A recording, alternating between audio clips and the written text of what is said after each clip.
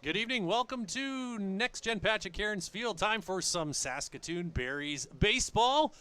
A couple of teams that have been looking forward to get back on the diamond as they haven't played since Friday due to some weather here in Saskatchewan. It's Saskatoon Berries hosting the Moose Jaw Miller Express in a battle for top spot here early in the season in the East Division.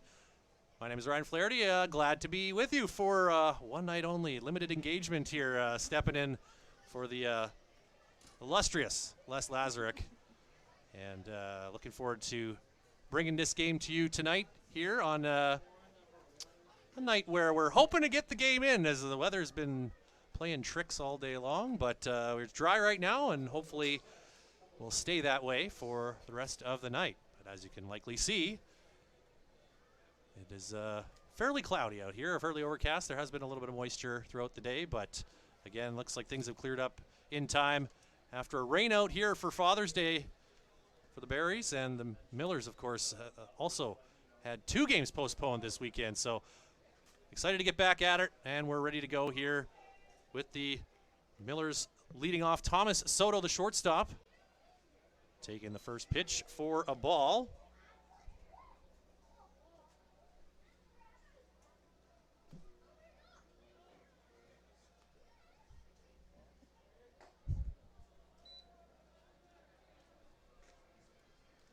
A 2-0 count here. Starting pitcher tonight for the Berries. He is the ERA leader in the WCBL. Michael Saul making his 4th start of the season. That one's popped up high and foul down the third base side. That'll get well out behind the seats. Some young fan, I'm sure, can track that one down.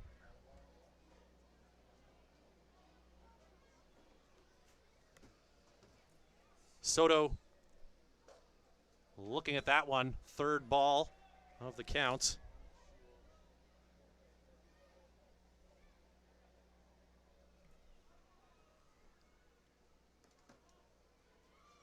From Round Rock, Texas, Thomas Soto,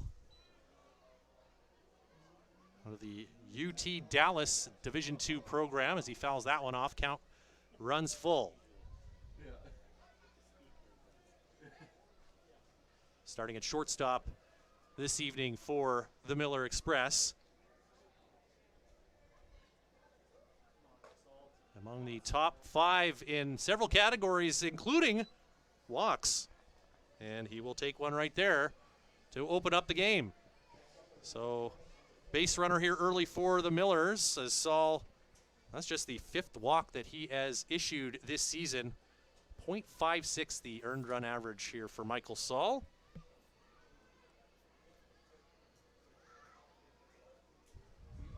So the right-hander looking to get locked in here with a man on first and nobody out. Just underway here on a Monday night. That one's in for a strike.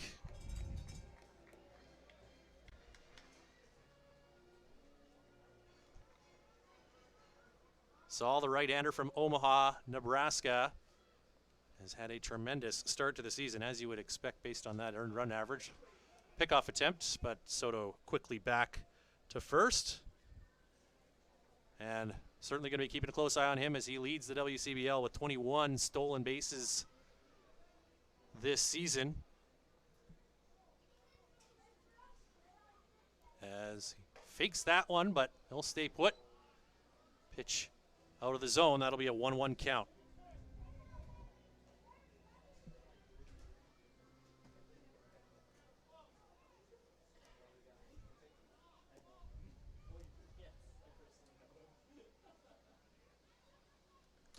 Saul looking in.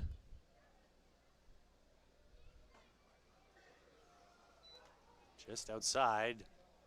2 balls, 1 strike.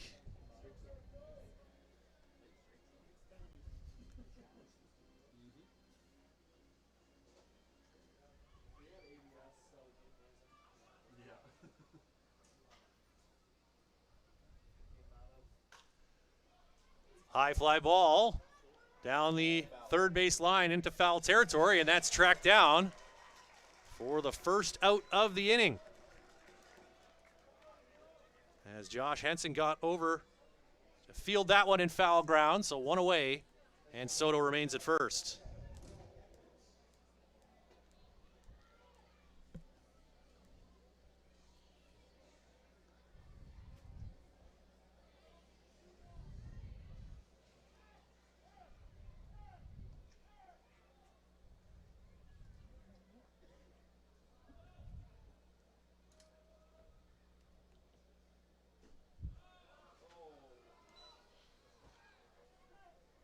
Ball one to William Edwards, the right fielder for Moose Jaw. Soto still sticking at first base.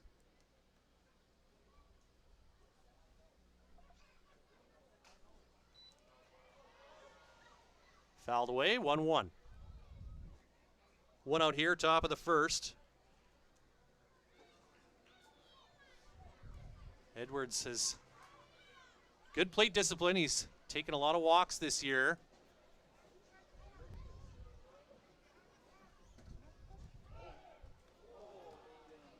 That one right back to the backstop. Soto was breaking for second, and he will remain there on the wild pitch.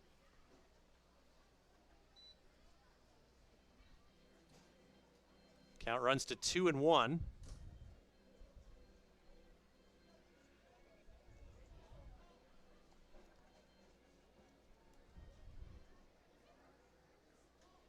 Edwards all the way from Australia to play for the Millers. Of course, plays his college ball at Sioux Falls in South Dakota. A lot closer, I'm told, than Australia. That's a strike. 2-2 the count. One away here in the first. Man on second. Saul looks in. Ground ball to short. And the put-out made. Soto advances to third, but there are now two away as Brock Laird makes the play. And that'll bring Eduardo Saenz, the cleanup hitter, to the plate for Moose Jaw. So Soto, the leadoff walk, has made it around to third, but there are now two down for the Millers. A Moose Jaw team that is filling up the scoreboard of late and pretty hot as well. 8-2 their last 10, and they have scored 33 runs in their last two games. Saul looking to silence this hot offense. And a strike to Saenz, 0-1.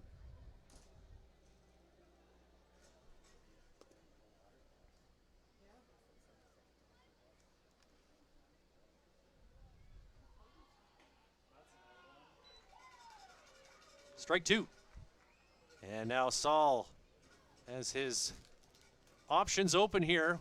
Great pitcher's count. Trying to finish off this inning. Add to his strikeout total.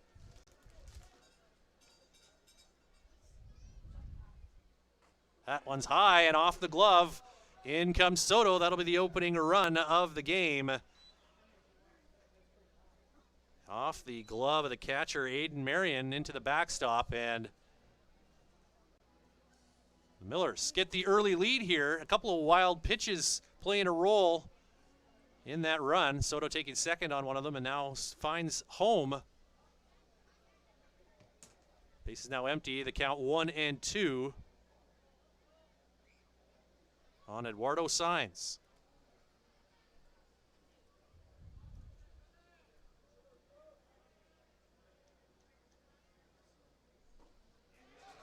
Swing and a miss. Saenz goes down on strikes. That'll do it for the top of the first, but the Millers do get the opening run.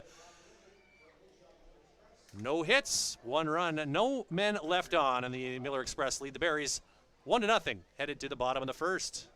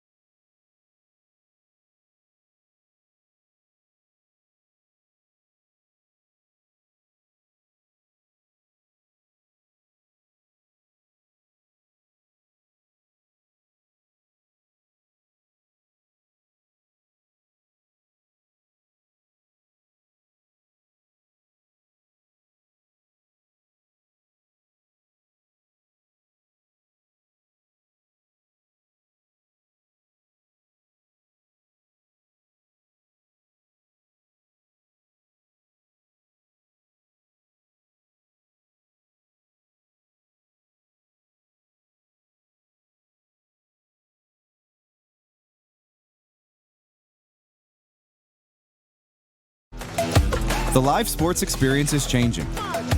Teams and facilities are under pressure to provide online and in-venue entertainment. IKS Live has the right team to deliver. We provide service across North America and produce the best fan experience, in the seats or streaming to you.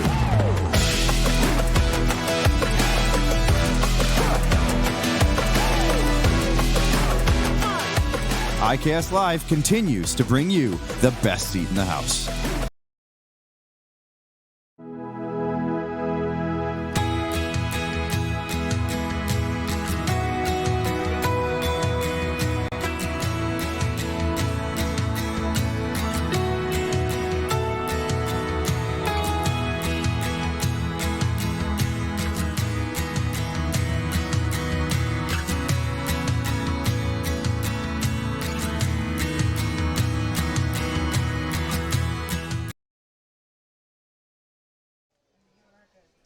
Bottom of the first, as the Saskatoon Berries step up to the plate for the first time, trailing by 1.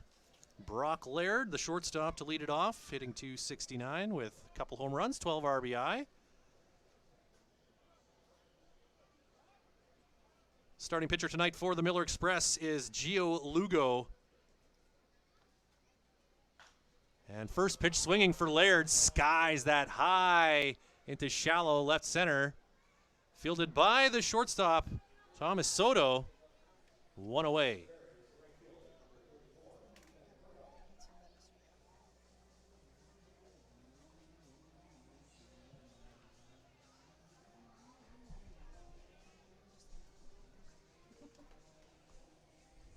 That'll bring Ethan Murdoch to the plate, the Berries right fielder, having a tremendous year so far for the Berries, who are 6-4 in their last 10 games. This is the third meeting of 8 between these two East Division rivals this season. This was scheduled to be the 4th, but had one rained out in Moose Jaw back on the 17th of June. Swing and a miss for Murdoch. 1 ball, 2 strikes.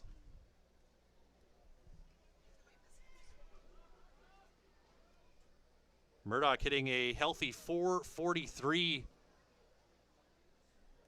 through the first 17 games for Saskatoon. That's 4th best in the WCBL.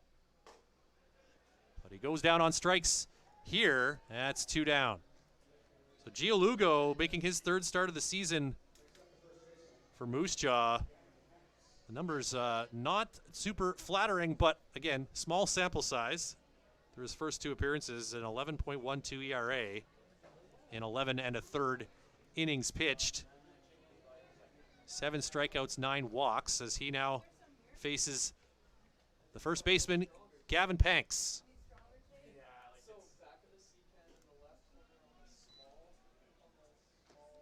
Panks also off to a roaring start this year, hitting .422. That's 1 spot behind his teammate Ethan Murdoch in the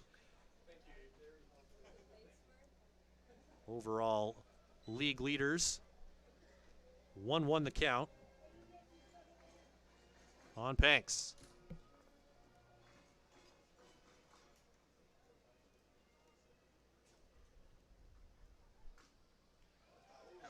Fouls that one off. That got a piece of the Moose Jaw catcher, Evan Spiroyanis. Looks like that got him on the left hand. So he'll need a moment or 2 just to flex that out. You know those catchers are made of different stuff, though, than the average person. He'll be back ready to go.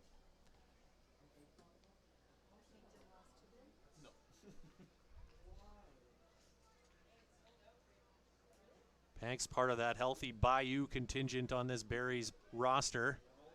Louisiana product.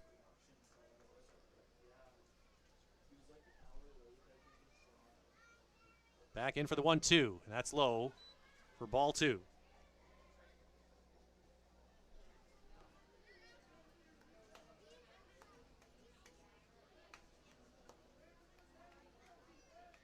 Apparently he's really good at jump rope, so they say on the big board here inside Next Gen Patch at Cairns Field. That's out of the strike zone for a full count.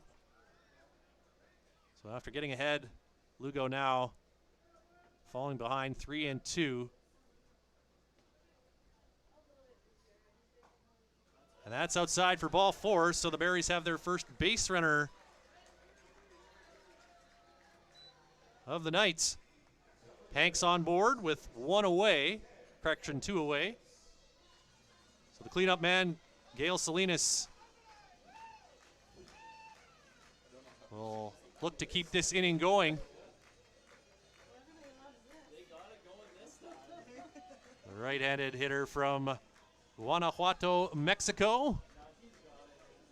Some terrific Mexican walk-up music, too, for him, getting everyone bouncing in the ballpark. Just warming everyone up. It's been a little cool here in Saskatoon, so got to heat it up with the tunes here. As Salinas looks at strike 1.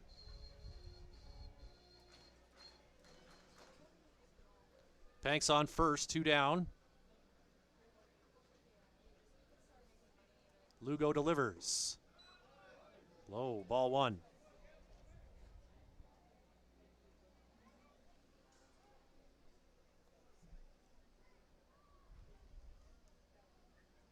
Salinas hitting .365 this season. 7 runs driven in. Rips that foul down the third base line. Panks will have to head back to first.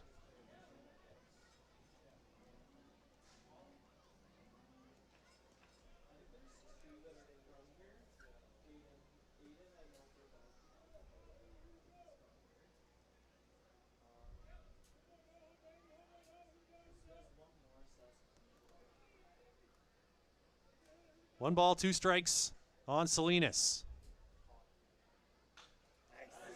Base hit past the second baseman. Panks is going to take third. A ball bobbled out there in right field, and Salinas stretching it into a double. He saw that bobble out there. Good alert base running as Edwards didn't field it cleanly. And Salinas takes the extra bag, and just like that, the Berries are in business here, trying to get a little 2-out rally going. That'll be a single and taking second on the error, or were you going to give him a double there? Yeah. Single and an error. Single and an error.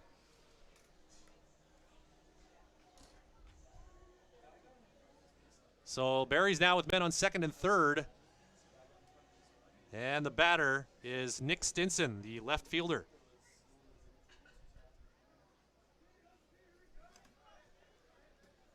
Looking to drive a couple in here and give the Berries the lead in the bottom of the first. So after 2 quick outs, Lugo facing some traffic now. That pitch skipping off the dirt for ball 1. He was standing there going like this, and our guy ran into him because he's standing right there, so he gave him 30 meters out there. Yeah.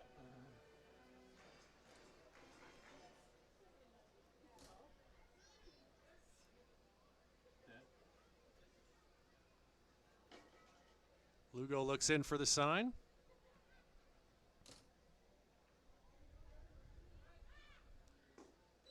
That'll be ball 2.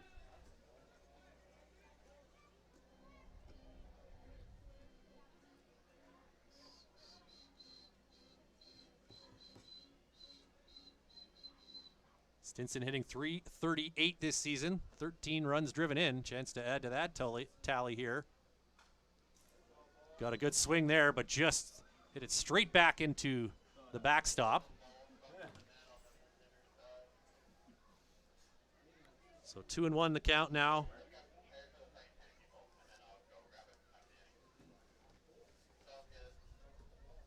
Panks at third, Salinas at second.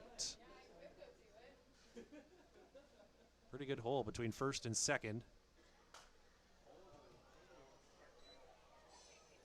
Stinson sends it foul. That'll even up the count at 2-2.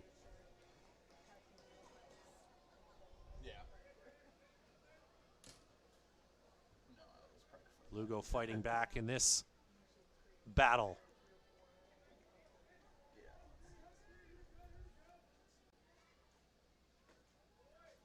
That runs the count full, so Big pitch upcoming here. Stinson from Kennesaw, Georgia, out of Belmont University. Division I program.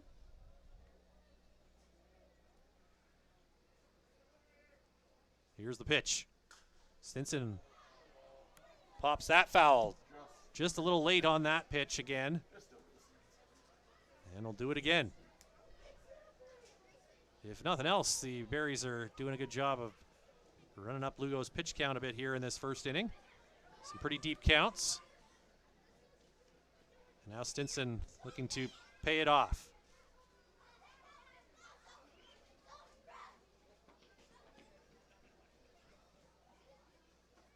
Swing and a miss. Lugo gets the strikeout and ends the threat. Berries get a couple men on, but strand them in scoring position, and the Millers continue to lead it 1-0 after one inning of play. For over a century, we've been more than just lawyers. We're your neighbors, your friends, and your strongest advocates. With 15 locations across the prairies, we're everywhere you are. Stringham, your local lawyers.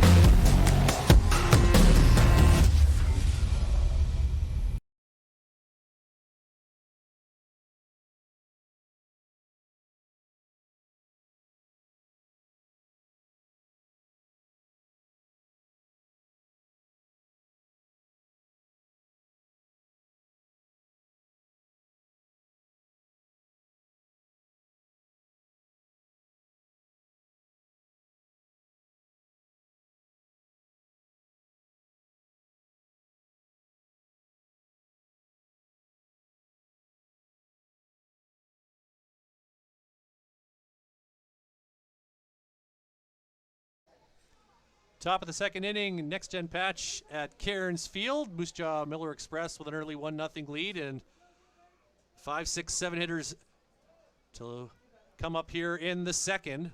Jacob Mraz, the left fielder, looks at ball one from Michael Saul.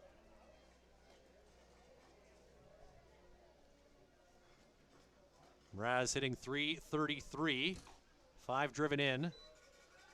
Looks at strike one. That'll even the count.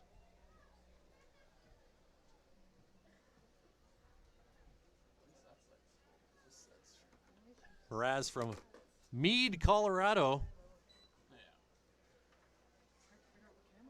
Colby Community College in Kansas.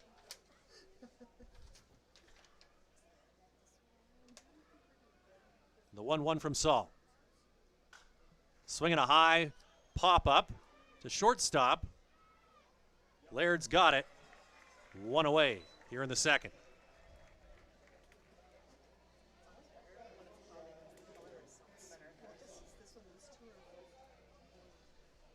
That'll bring up the number 6 hitter, the designated hitter, Caden Ransom from Lincoln, Nebraska.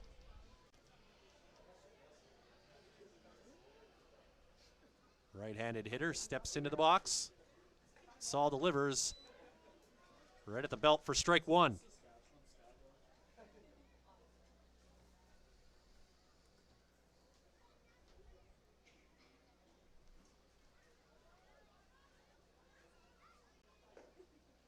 That one's low. Count even at 1-1.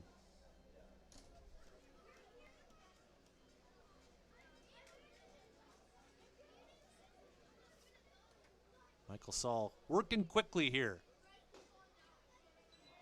But another pitch just below the strike zone for ball two.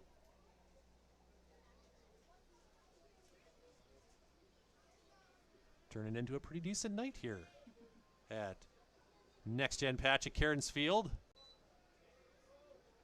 Third straight ball from Saul. Makes it a 3-1 count now. Advantage Ransom.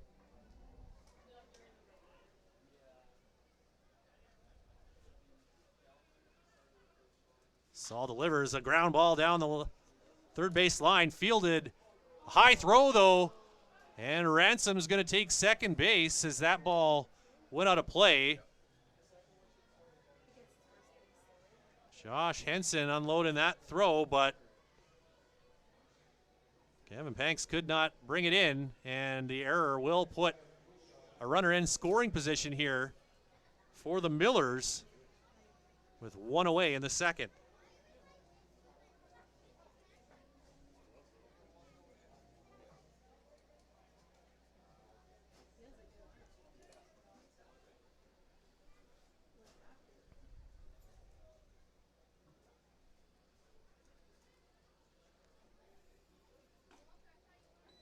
The third baseman, Michael Rago, now at the plate for Moose Jaw. As he takes strike one from Saul. Rago, a .340 hitter, a 1 home run, and 10 RBI. These two teams, the only two in the East Division currently with records above the 500 mark and just separated by half a game in the standings. Thanks to their hot streak, the Millers have taken over top spot from the Berries, now sitting at 12-6. But the Berries haven't, or rather Moose Jaw's played one more game, so they have the same number of losses. As Rago fouls that one off, the count now 1-2.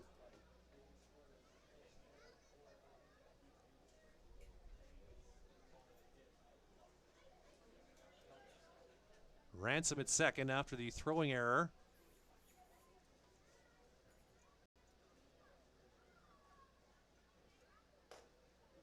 Pitch high for ball 2.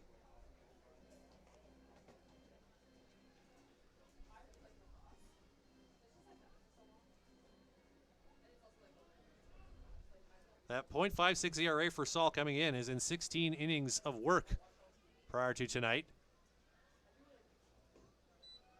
But having a little trouble with the zone here so far. Another 3-ball count as it's full now on Rago.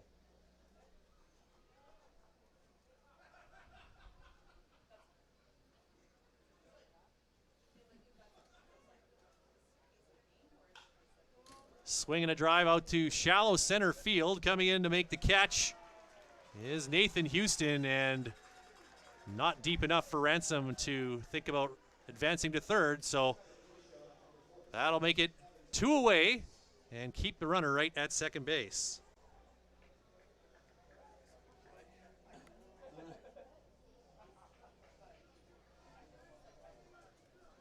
So the number 8 hitter, the catcher, Evan Spirianis, to the plate.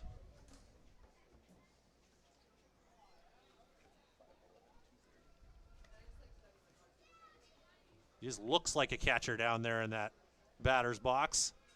Sturdy fella from Laval, Quebec.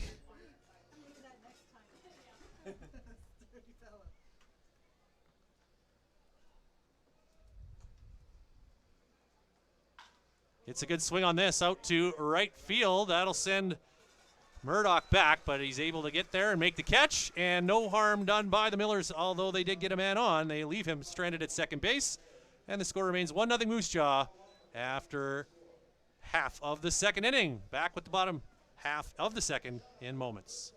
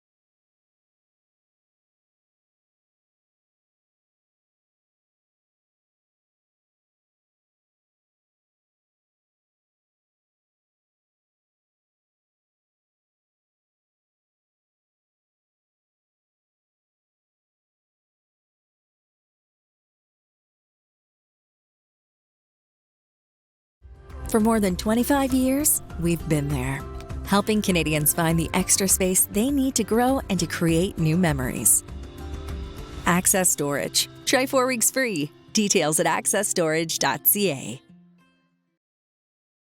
Hey baseball fans, make sure to stay up to date with your favorite teams across the league by subscribing to the WCBL YouTube channel right now. We have tons of free coverage for you over there, including daily highlights, full archived game broadcasts, daily game day previews, plus a WCBL report with myself and Joe McFarland every Wednesday. It's all in one spot, the WCBL YouTube channel. Subscribe today.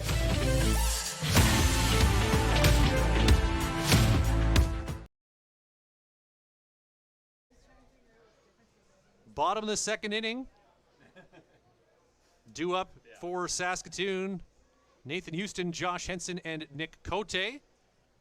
Houston, the center fielder, batting 6th tonight.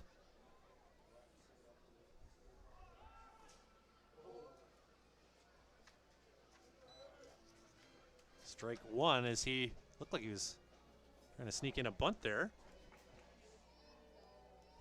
Fouls it off.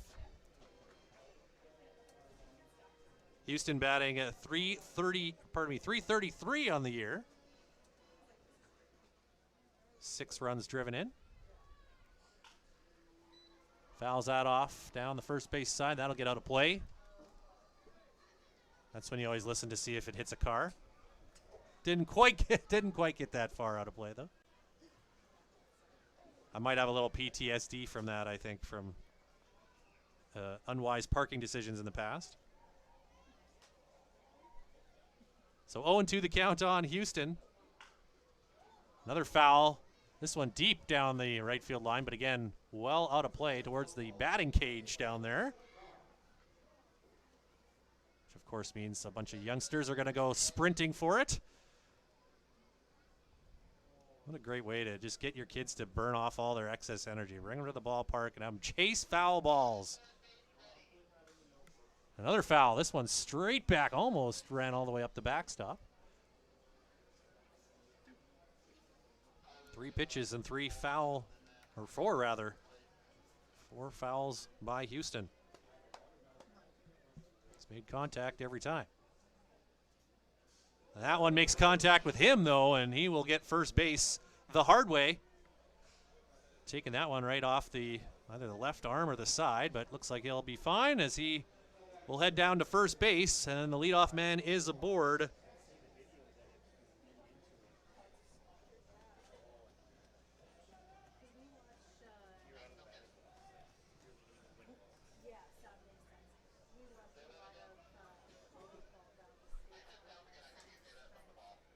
And that'll bring Josh Henson to the plate. The third baseman watches ball 1.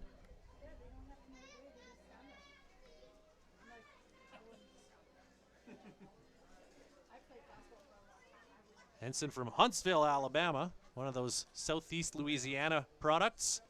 Several of those on this Berries roster. That one's in the dirt, so a quick 2-0 count.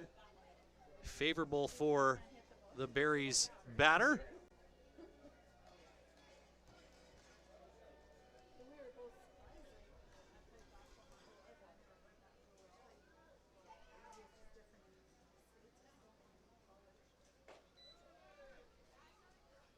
And now 3-0 on Houston.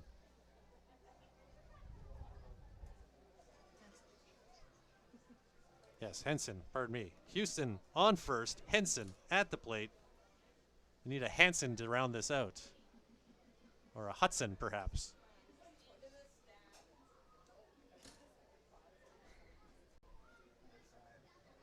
Quick check on Houston, but he's staying pretty close to that bag. The pitch in there for a strike. 3-1 the count.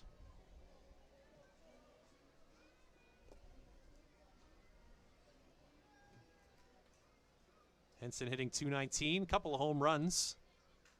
Took a healthy cut at that one, but fouled it straight back to run the count full.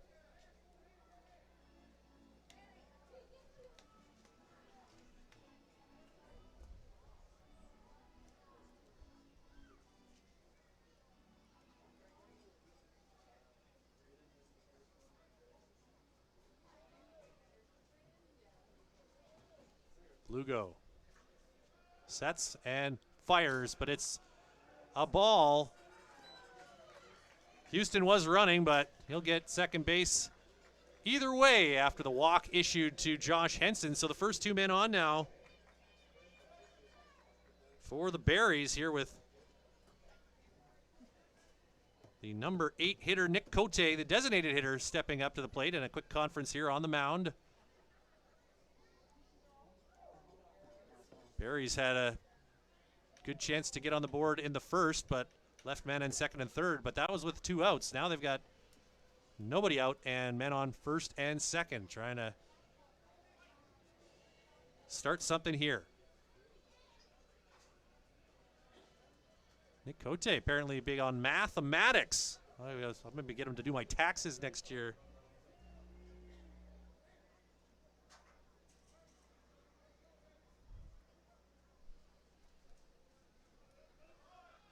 Showing bunt, and it's a strike, much to the chagrin of the Jam Fam. Behind the plate in these great new seats here at Next Gen Patch at Cairns Field. They get a pretty good look at that strike zone. They're almost as close as Cote is.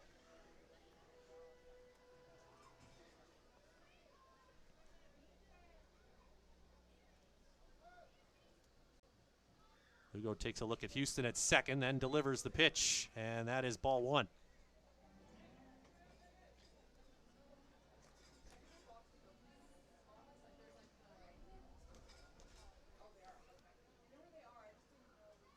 Nick Cote from Oakville, Ontario.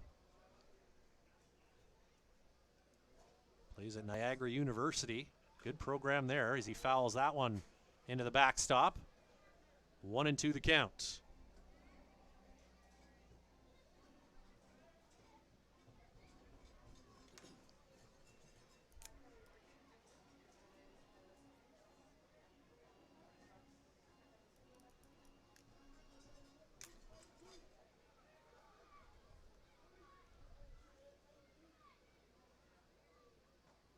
That's inside for ball 2. Looks like Lugo's very interested in what Houston's doing at second base.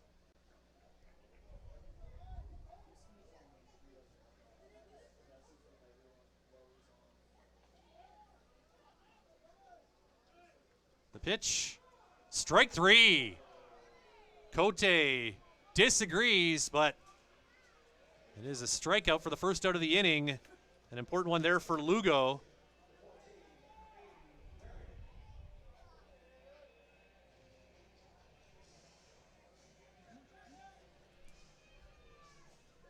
Second strikeout of the game for Gio Lugo.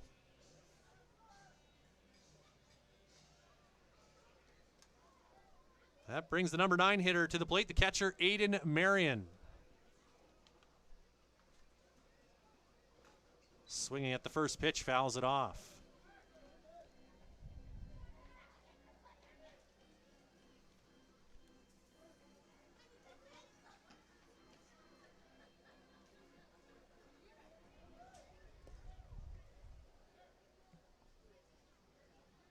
Herring hitting .207 on the season. Home run and 8 driven in.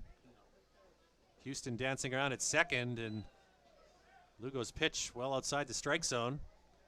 Evens the count at 1-1.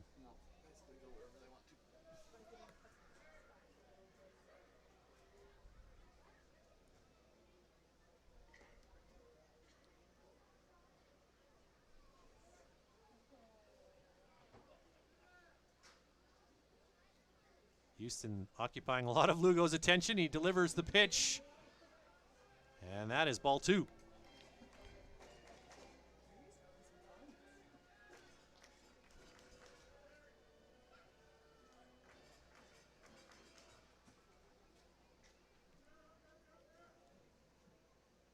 Marion, one of the hometown Berries, takes a swing and a miss. Strike 2.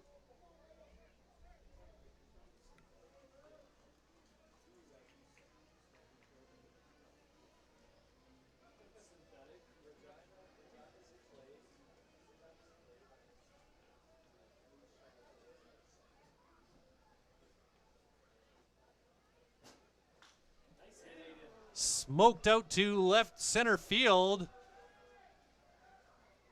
But a routine job there. Record the out by Jacob Mraz, and there are now 2 down here in the second.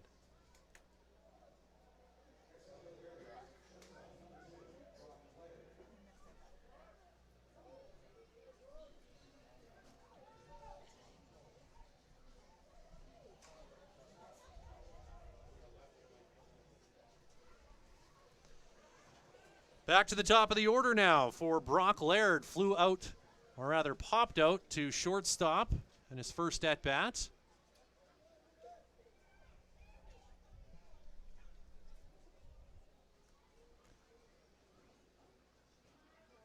And now Lugo wants to chat with Spiro Yanis about this approach to the hitter Laird. Looked like a good start to the inning here for the Berries, getting the first 2 men on via hit by pitch and a base on balls, but back-to-back outs recorded by the Millers, and now Lugo an out away from getting out of the jam.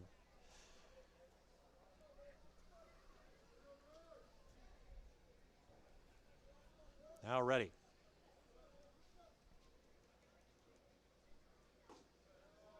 Low for ball 1.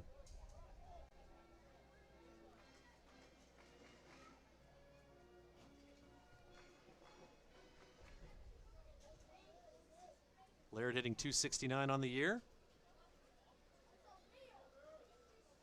As he readies for the 1-0. Swinging a foul high down and out of play down the first base side.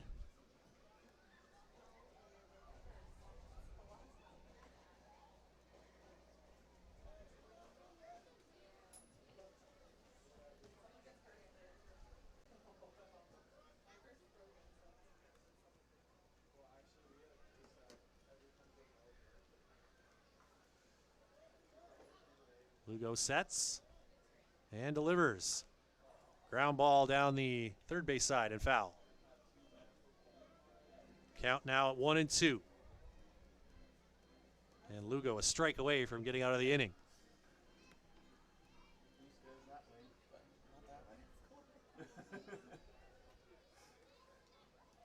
Houston on second, Henson on first.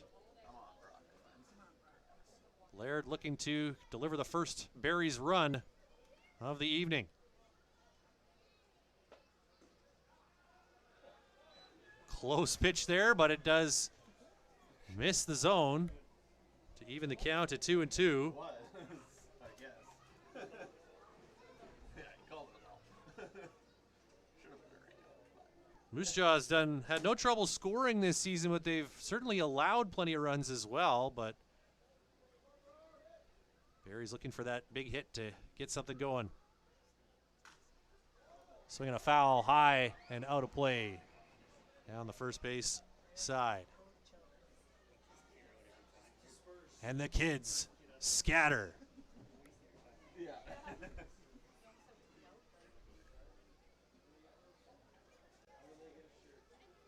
Count remains at 2-2 for the hitter wearing number 2, Brock Laird. Swinging at a high pitch there, and he sent that high over the backstop into the parking lot.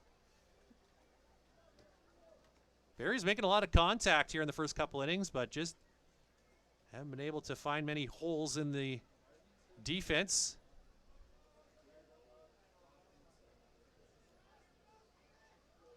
As Laird steps back in.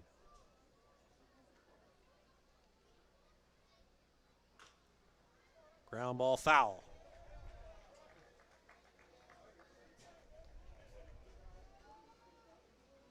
And the runners will return to their bases.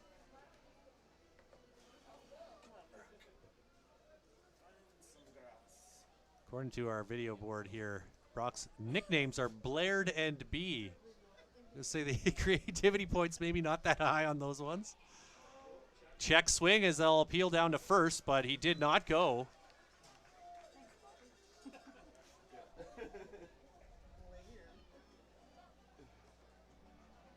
So the count now full.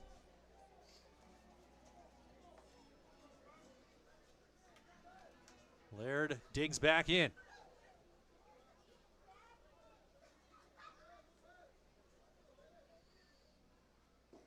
And he will take ball 4. That'll load him up.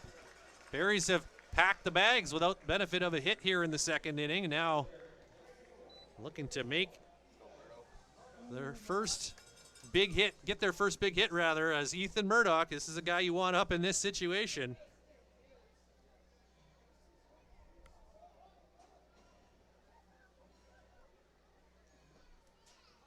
And that'll bring everyone into the mound for a chat, little staff meeting. This meeting could not have been an email.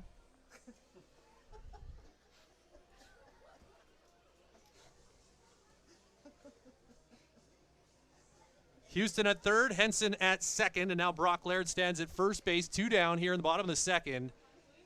And the batter is Ethan Murdoch, one of the top hitters in the WCBL, and a great opportunity here for Saskatoon to break their goose egg. And a man after my own heart. He loves a good hot dog. That gets away from Spiro Yanis. Here comes Houston, and he will score. All the runners advance, and this game now tied.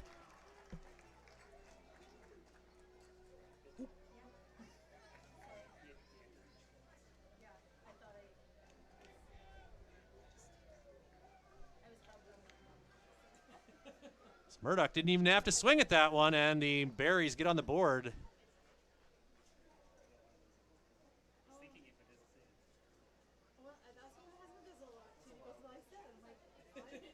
Houston scoring on the wild pitch. Now the 1-0 from Lugo. In there for strike 1.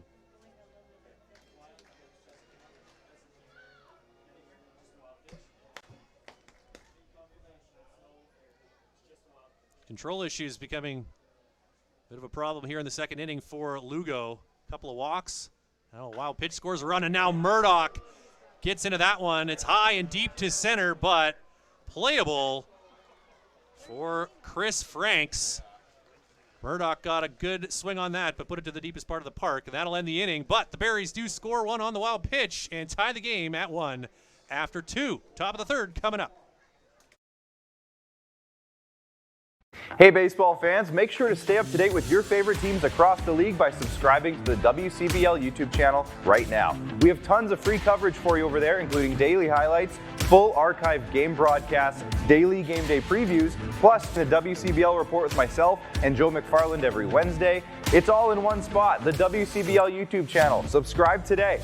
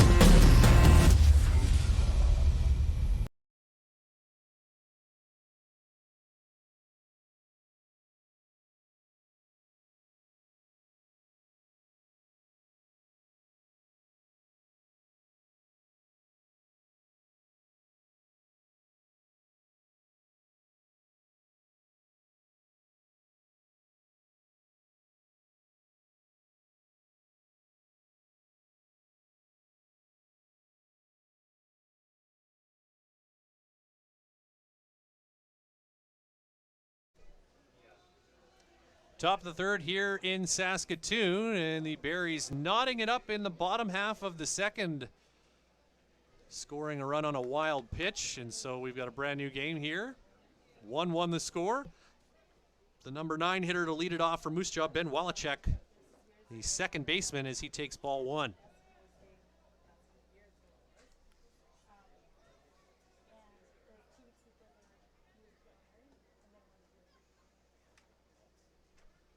Saul.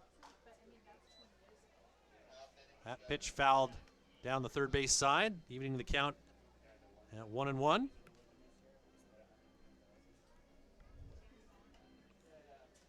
Wallachek from Wichita, Kansas. Plays at Missouri Western State, a D2 school. And ball 2 from Saul.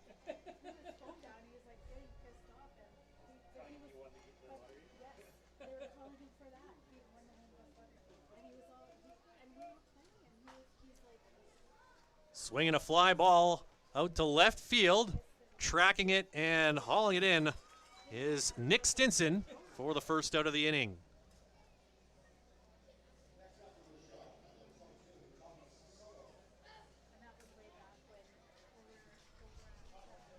Back to the top of the order now.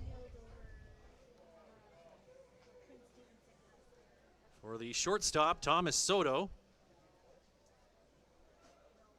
who has scored the Millers' run back in the first inning. And he looks at a ball from Michael Saul.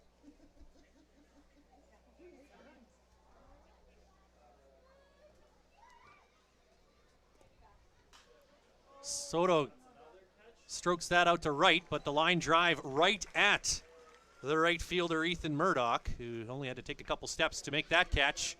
And quickly 2 down here in the third. Saul starting to get into a rhythm as this game goes on.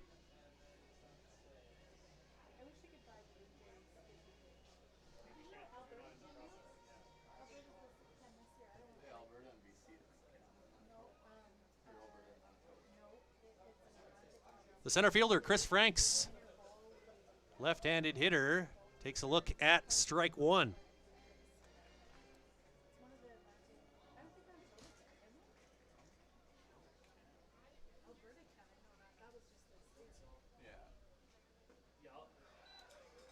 Swings at that outside pitch and quickly down in an 0-2 hole now is Franks.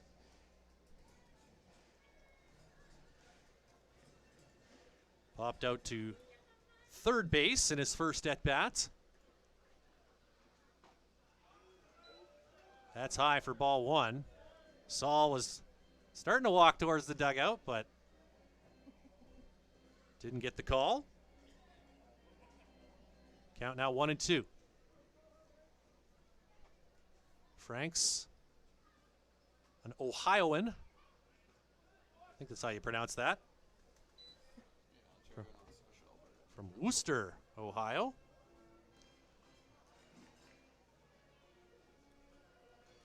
Ashland University, which is also in Ohio. Grounds that one to second. A little bit of a bobble, but still plenty of time to make the out as Salinas gets it over to first.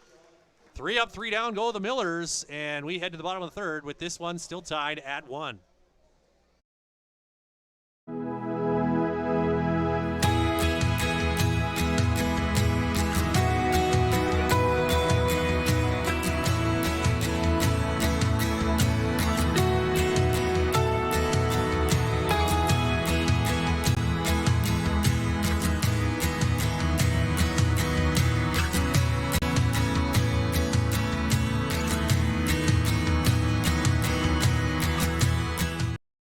For over a century, we've been more than just lawyers. We're your neighbors, your friends, and your strongest advocates. With 15 locations across the prairies, we're everywhere you are. Stringham, your local lawyers. The live sports experience is changing. Teams and facilities are under pressure to provide online and in-venue entertainment. IKS Live has the right team to deliver. We provide service across North America and produce the best fan experience, in the seats or streaming to you.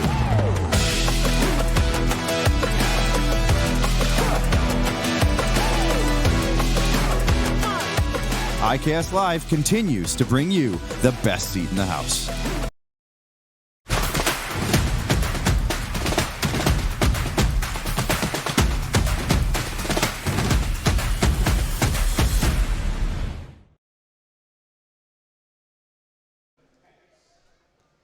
Bottom of the third here, next gen patch at Cairns Field.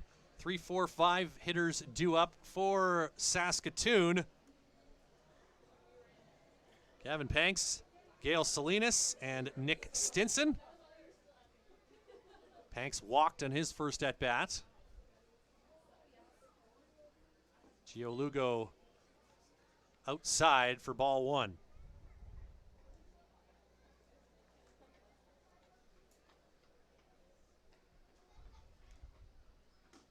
Panks swings and misses. That's the first strike.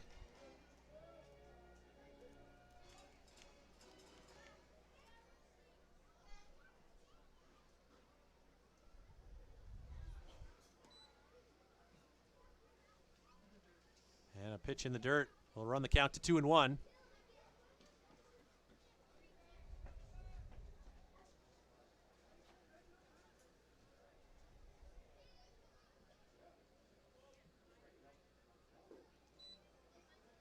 Little movement on that one for Lugo, and that evens the count at 2-2. Couple of swinging strikes in this at bat.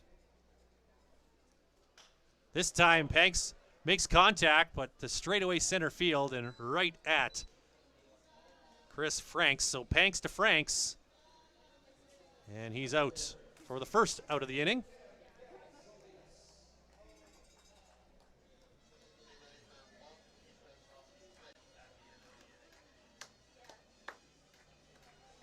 That'll bring up the cleanup hitter, Gail Salinas. Barry's second baseman, hitting .365 on the year. Looks at strike one.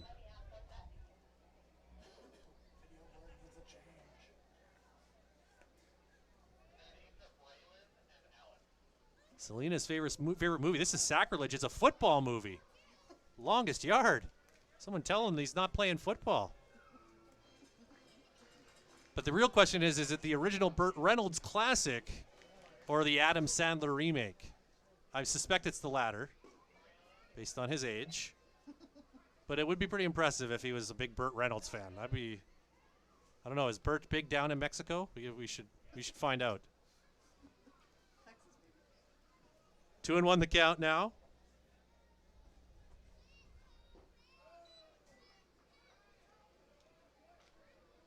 And now a third ball from Lugo.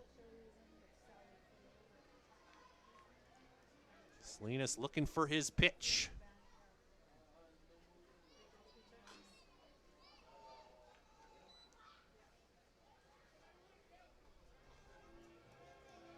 Gets a piece of that one to run it full.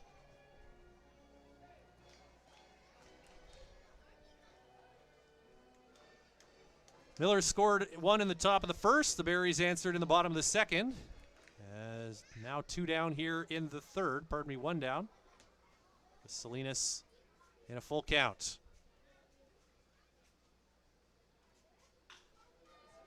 Fly ball out to right field, and tracking over to make the catch is William Edwards for the second out of the inning. Both pitchers finding a bit of a groove here in this third. It was a 1-2-3 top half. Now Lugo looking to follow suit as Nick Stinson steps to the plate. A strikeout victim in his first at-bat.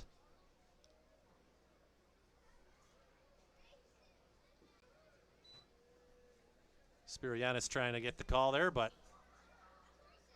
home plate umpire not biting. That's ball one.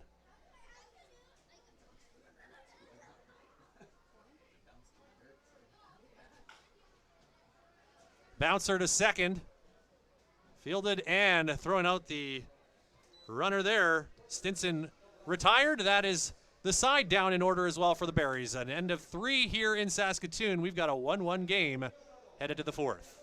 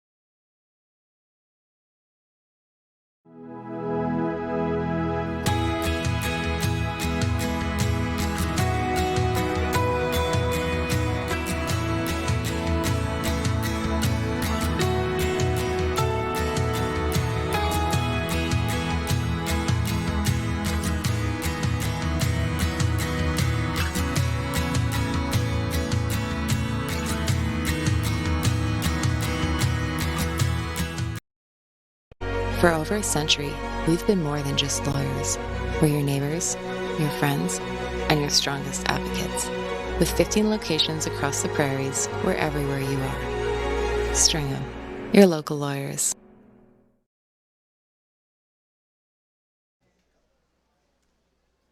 Top of the fourth in the 3-4-5 hitters due up for Moose Jaw. William Edwards looks at a pitch in the dirt for ball one. Michael Saul, after a 3-up, 3-down third, looking to maintain the groove here for the Berries. But quickly behind 2-0 to Edwards. Grounded out to short in his first at bat.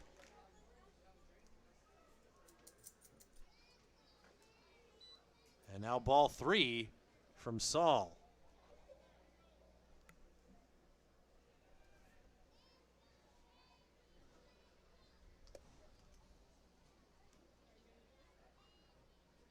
Edwards hitting .310 coming into tonight's action. Looking all the way, and Saul grooves it in for strike one.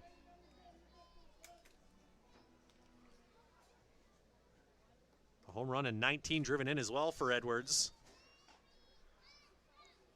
That's ball four, the leadoff man aboard here in the top half of the fourth in a 1-1 game. And the cleanup man, Edwards Signs, will step in. Struck out in his first at-bat to end the first inning.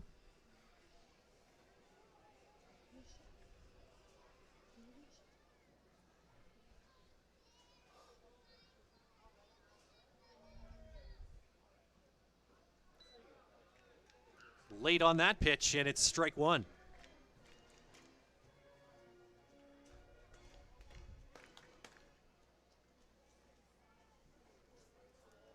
Signs from Laredo, Texas. Plays at Texas A&M International University. Gets a good swing on this one out to center field, but back to make the catch is Nathan Houston. One down here in the fourth.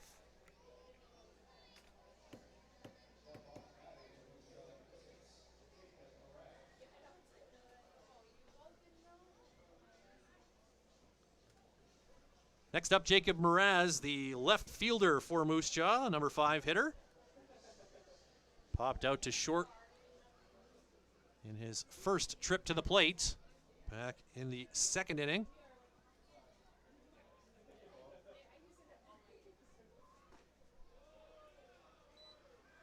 And takes ball one.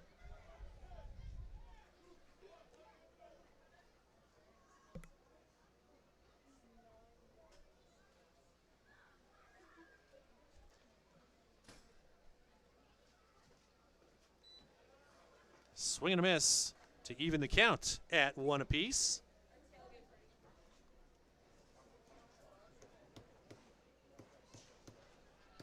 Wonder if he's related to the pop singer Jason Mraz.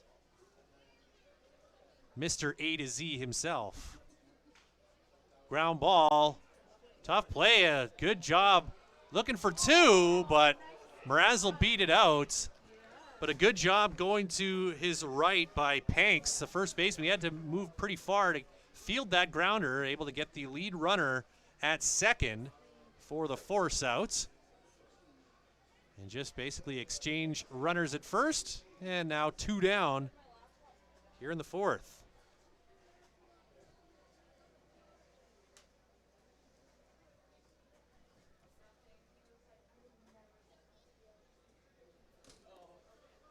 So Mraz aboard on the fielder's choice. And Caden Ransom at the dish for Moose Jaw.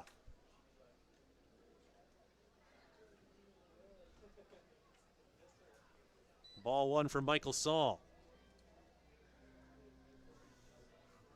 Millers will be right back here in Saskatoon in less than a week's time as they'll make a return trip here to Next Gen Patch at Cairns Field this coming Sunday.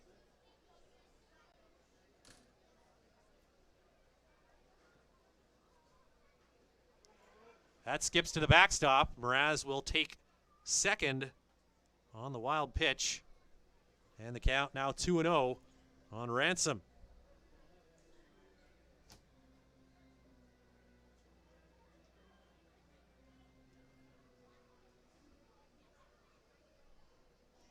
And now Aiden Marion out to have a quick chin wag with his pitcher. The infield's going to come in as well now with that runner at second base and 2 down. Want to talk this situation through.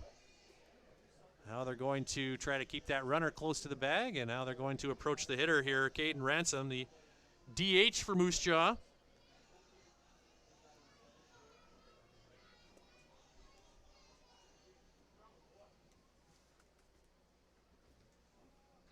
Hitting .308 on the year. Double, a triple, a home run, 8 RBI.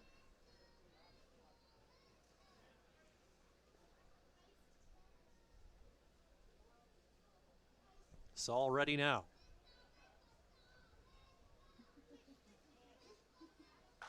Swinging a high drive out to left field. Going back, and that is gone. 2-run homer for Caden Ransom as he got all of that one. And the Millers go back in front 3-1 on Ransom's second round tripper of the season.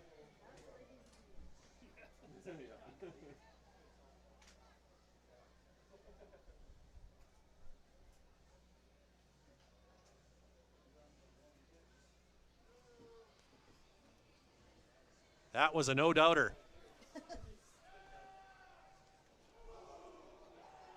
And a big celebration at the Millers dugout, too.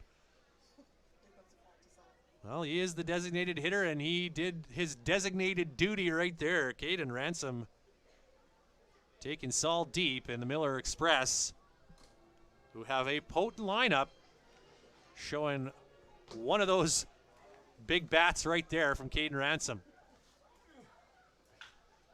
Another good contact here. A low liner to center and a diving catch made for the third out of the inning by Houston. But Moose Jaw gets 2 on the home run by Caden Ransom, and they lead it 3-1 as we head to the bottom of the 4th. The live sports experience is changing. Teams and facilities are under pressure to provide online and in-venue entertainment. IKS Live has the right team to deliver. We provide service across North America and produce the best fan experience, in the seats or streaming to you.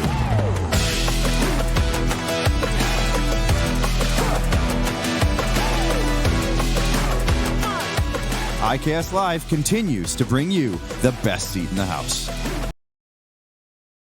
For more than 25 years, we've been there, helping Canadians find the extra space they need to grow and to create new memories.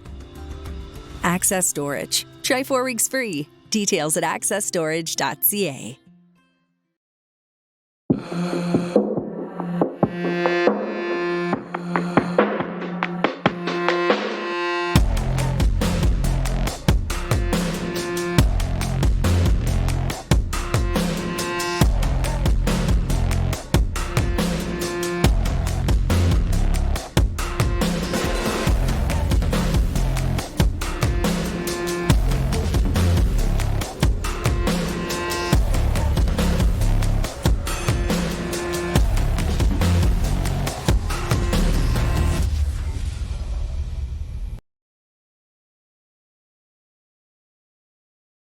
We've been more than just lawyers.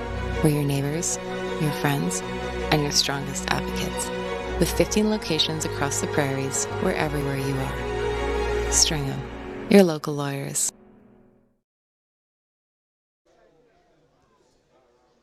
Bottom of the 4th here in Saskatoon. The Berries back in the trail position. 2-run homer in the top half from Caden Ransom as the Miller Express now leading this contest by a 3-1 score. Second home run of the year for Ransom, who now has 10 RBI on the year. 6, 7, 8 hitters up for the Berries, and a fly ball to the gap in left center. This is off the base of the wall. Houston will stop at second with a ringing double to lead off the 4th That's exactly the kind of answer that Joe Carnahan and the Berries want to see after giving up a couple runs in the top half of the inning. Houston wasting no time putting that one out to the fence.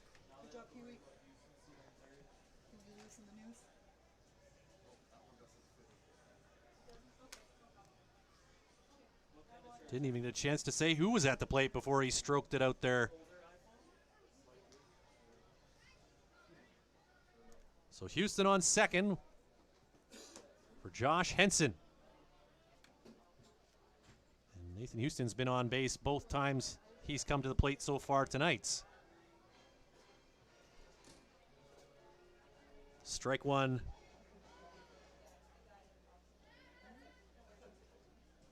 On Henson.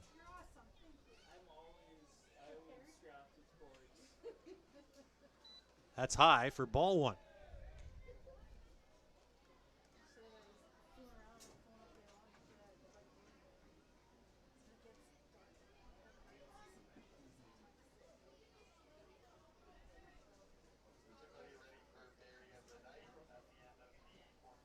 Lugo delivers. Strike two.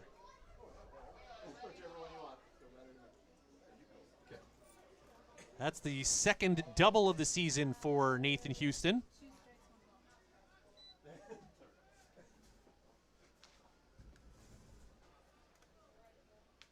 Here's the 1-2 to Josh Henson. Low for ball two. Henson walked in his first plate appearance. Got to third. But then was stranded there. Back in the second inning.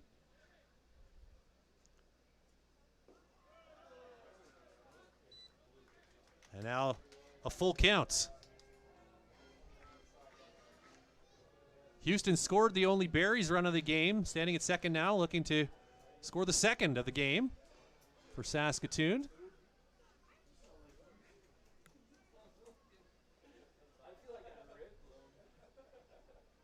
The pitch and a pop-up behind second. Calling everybody off and making the catch is Ben Wallachek for the first out of the inning.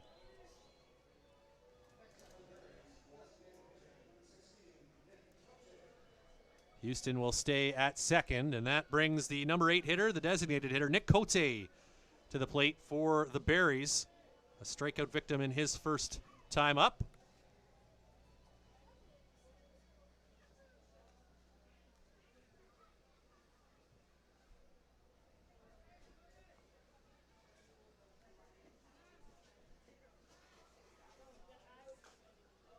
First pitch swinging, and he grounds it foul.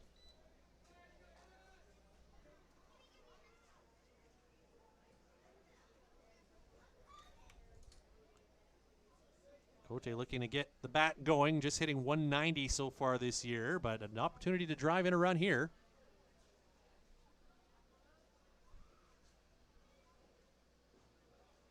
That one's in the dirt for ball one.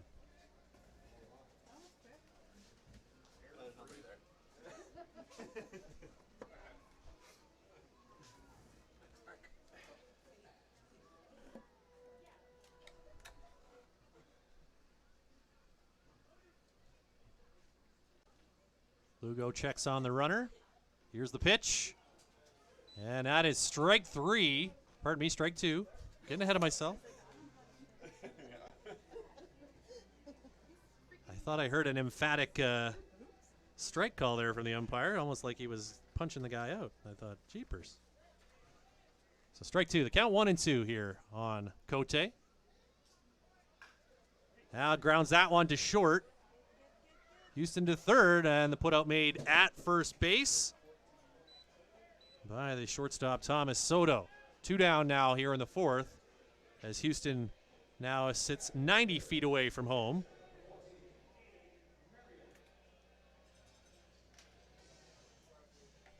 And Aiden Marion, the catcher, looking to get a 2-out hit here and bring Houston home.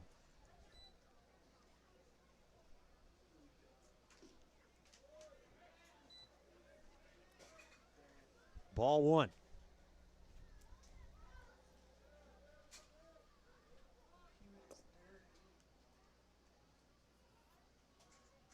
Marion's driven in 8 runs this season. That pitch high and inside.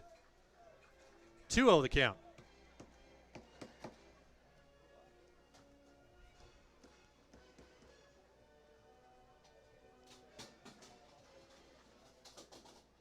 Six hits, but 3 of them for extra bases for Marion. Pops that high and foul, and it will get out of play. Signs went over to take a look, but it was well out beyond the boundary.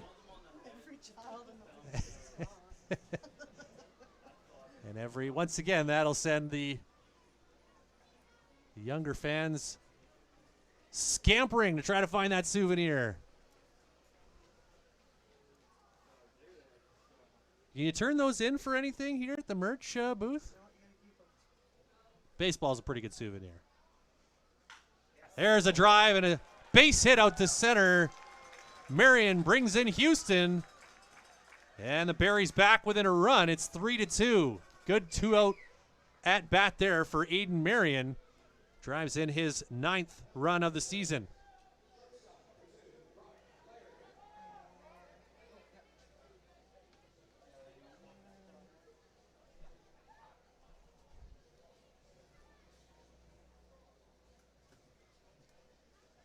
Brock Laird to the dish. Back to the top of the order here for the Berries.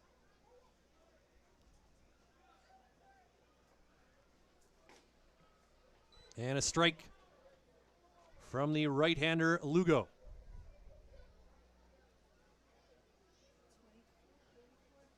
So Nathan Houston has scored both Berries runs here this evening.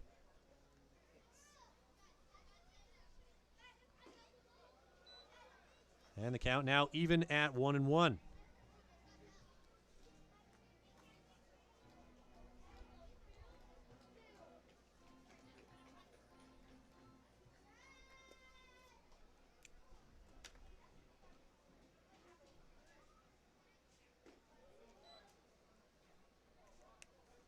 Ball 2.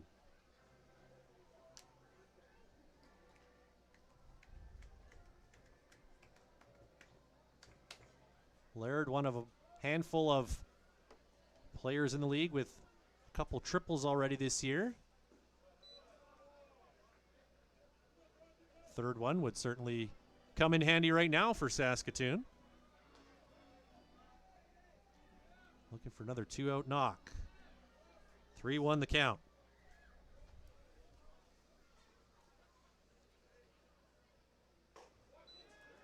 He'll settle for a walk. That puts a 2-man on now for the Berries.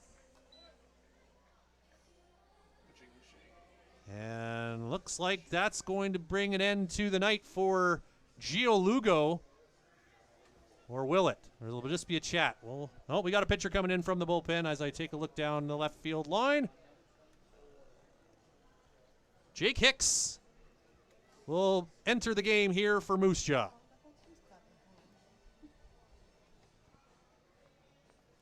Some good work by Lugo as he leaves with 2 outs here in the 4th, and his team out front 3-2. And now Jake Hicks, the Louisville, Kentucky product, will take the ball for Moose Jaw.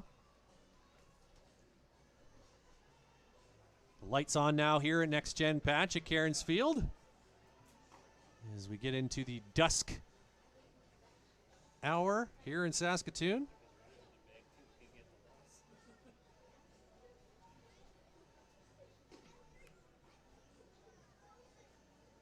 Hicks out of Spalding University, a D3 program.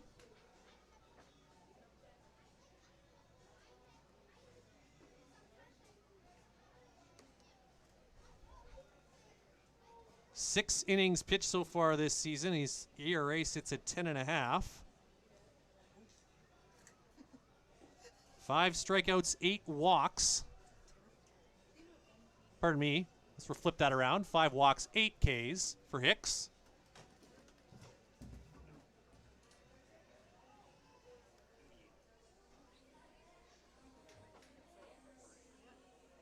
8 hits, 9 runs, 7 earned in those 6 innings of work.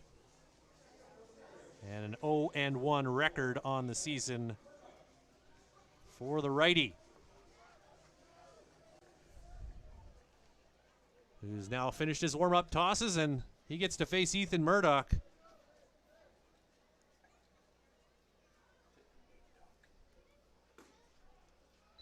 Who looks at strike 1. Men on first and second for the Berries, 2 down. Already a run in here in the 4th, looking to tie it up or perhaps even take the lead.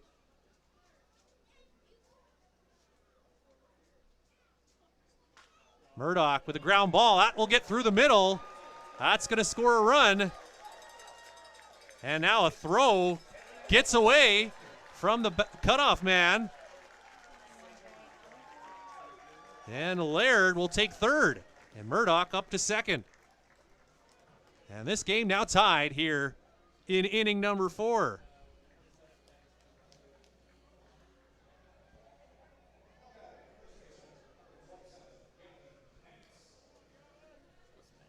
Good job by Laird to get on base and extend the inning. And Murdoch drives in a run and now stands at second.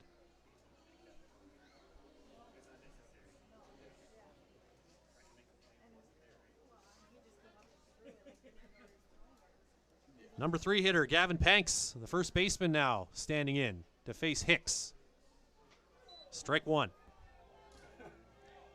So the Millers went to the pen to bring in Hicks to face, specifically to face Murdoch, a dangerous hitter, but the move does not pay off.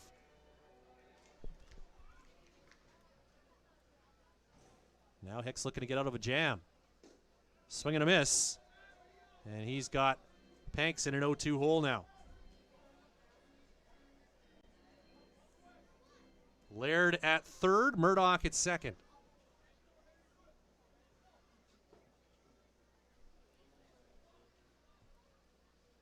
And Hicks steps off. Moose Jaw took a 3-1 lead here in the top half with a 2-run homer from Caden Ransom. But the Berries have responded in kind here in the home half. Nathan Houston started the inning off with a leadoff double.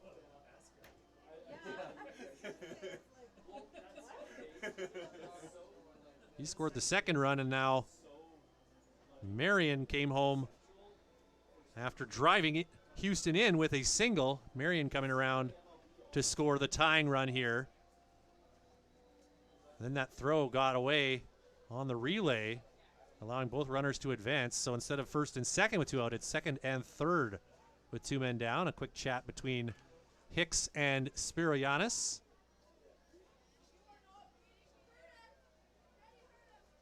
Panks 0 for 1 with a walk here so far tonight. The 0-2 from Hicks. Low for ball 1.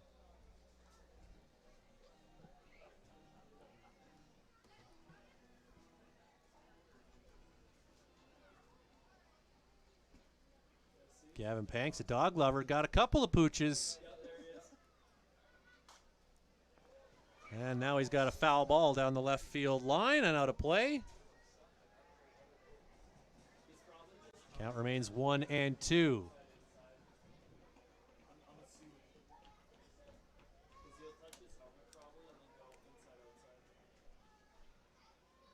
Hicks sets and delivers. Inside, ball 2.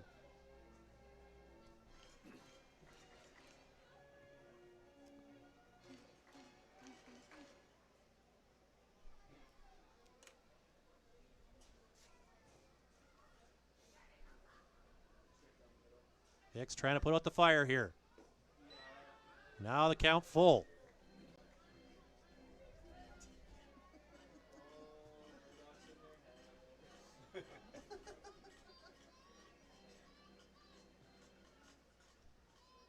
Payoff pitch. Swing and a miss. Hicks gets out with any further damage, but the Berries do score a pair, tie this game at 3. They leave a couple stranded, but we've got a tie game headed to the 5th inning here in Saskatoon.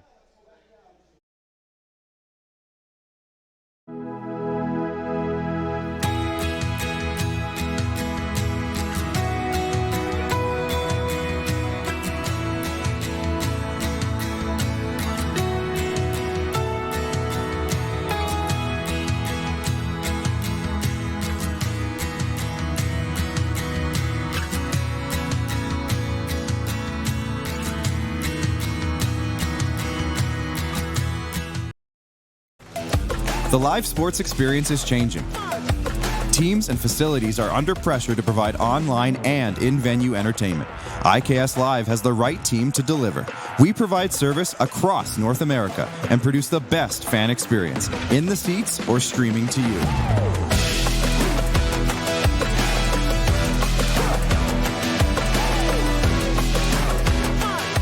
IKS Live continues to bring you the best seat in the house.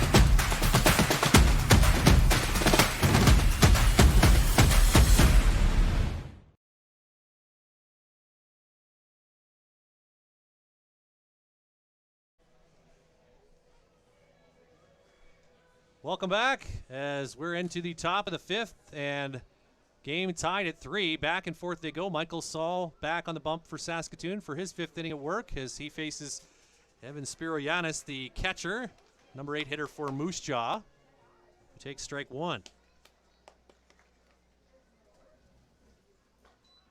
That pitch high for ball 1.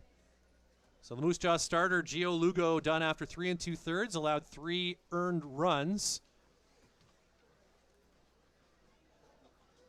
Has also given up 3, but he's been more efficient overall with his pitch count so far, as that's fouled high up and out of play. Count now 1-2 on Spiroyanis. Flew out to right field in his first time up. He'll be followed by the second baseman, Ben Wallachek, and then back to the top of the order for Thomas Soto, the shortstop. Swing and a miss for Spiroyanis. And the second strikeout of the game for Michael Saul.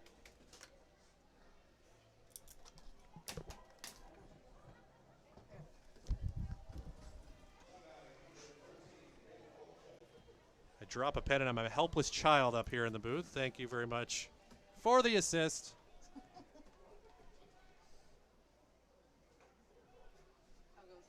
So Ben Wallachek now up. He flew out to left in his first plate appearance back in the 3rd inning.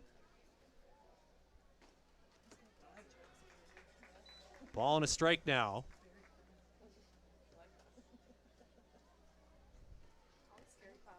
Almost seems like Saul's working even more quickly than he was earlier. Of course, when you got the bases empty, it's easier to do that. Ball 2. On Wallachek. Grounder to third. And a good dig there at first by Gavin Panks on a low throw from Henson. They do record the out. 2 down now here in the top of the 5th.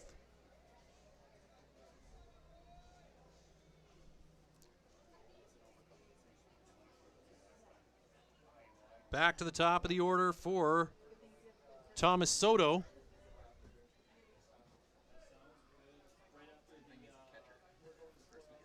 Oh for 1 with a walk. Pops that one foul down the left, or probably the third base side, out of play.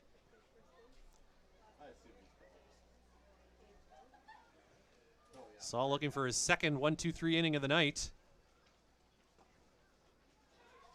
Strike 2 on Soto.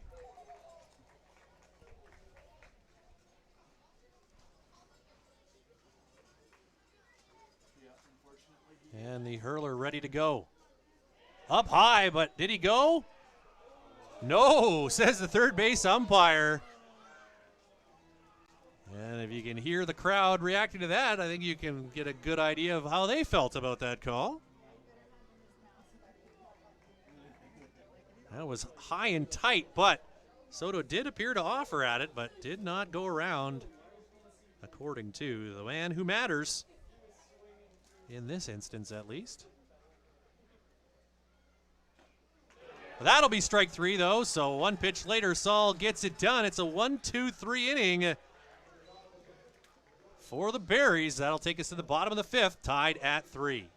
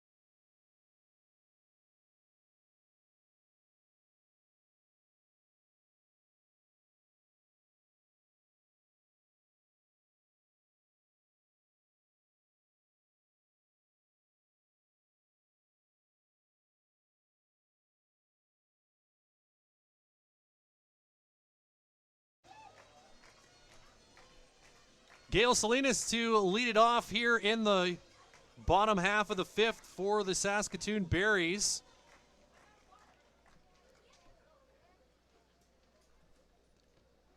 Oh for 1 with a walk. Pops that.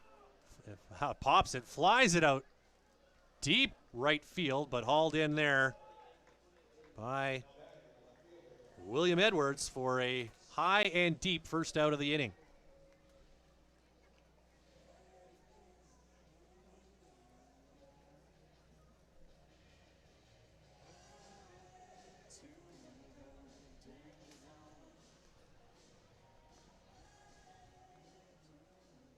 Nick Stinson now stepping in for Saskatoon. Second time Salinas has flown out to right. First pitch swinging for Stinson, and that's going to find some open real estate in shallow left center. And Stinson's aboard with a 1-out single.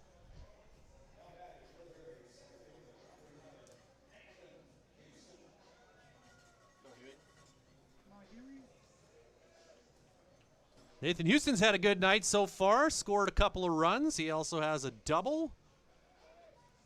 And now steps in with 1 away. And a man at first.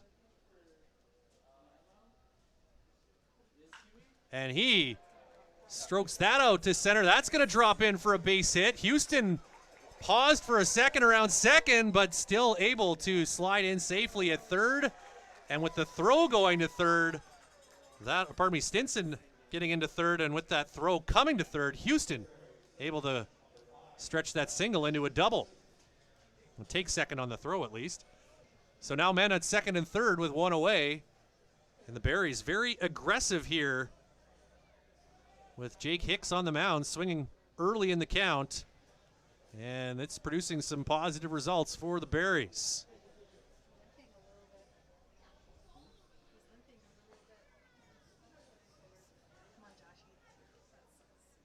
Josh Henson at the plate now. 0 for 1 with a walk so far. Looks at a ball. Pitch does get a little bit away from the catcher Spiro Yanis, but not far enough for Stinson to take a chance.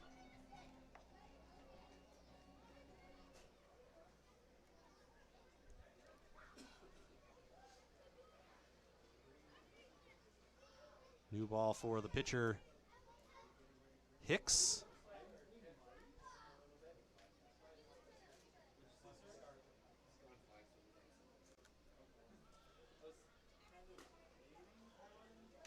That's inside, and the count now 2-0. Hicks, last pitch on Saturday. An inning of work against the Okotoks Dogs. 1 hit, 1 strikeout, no earned runs. Grounded down the line, fair ball. That's going to bring in a pair. Extra bases here. Henson in safely at second with a 2-run double, and the Berries are on top 5-3.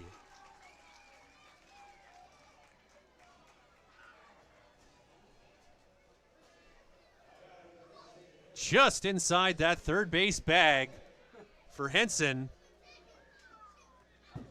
Big hit there. And the Berries have the lead for the first time in this contest.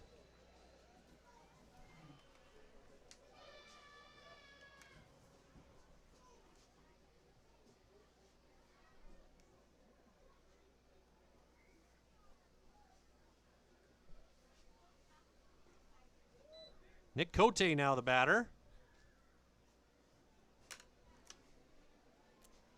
He's 0 for 1 with a walk this evening.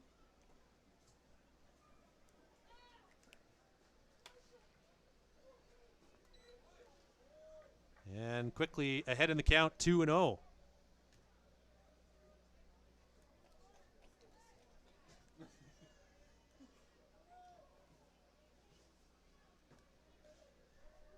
Henson at second now. Still just 1 down in the inning. Pitch will skip away from Spiro Yanis. No hesitation from Henson as he takes third with that pitch in the dirt.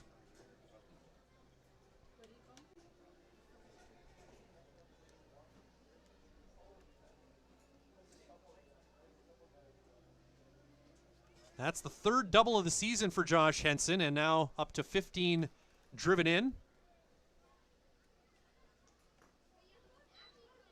Strike 1. Count now 3-1 on Cote. 0 for 2. Strikeout and a grounder to short. This one off the glove and fair down the first base line. Barry's using the full dimensions of the field here in the 5th. It's another double. And that brings in another run. It's 6-3 Saskatoon.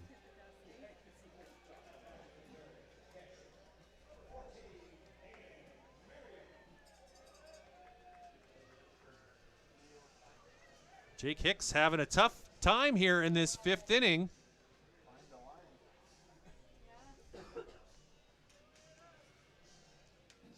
And now the catcher, Aiden Marion, up to the plate, last time up, an RBI single in the 4th. 1 for 2 on the night.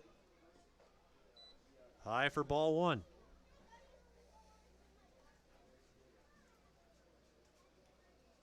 Well, 2 ropes down each, 1 down each baseline here in this inning, and 3 runs on the board as a result. We got a ball finding its way out of the bullpen into the field of play, so quick delay here, and now everyone resets. Hicks ready for the 1-0. That's in for strike 1.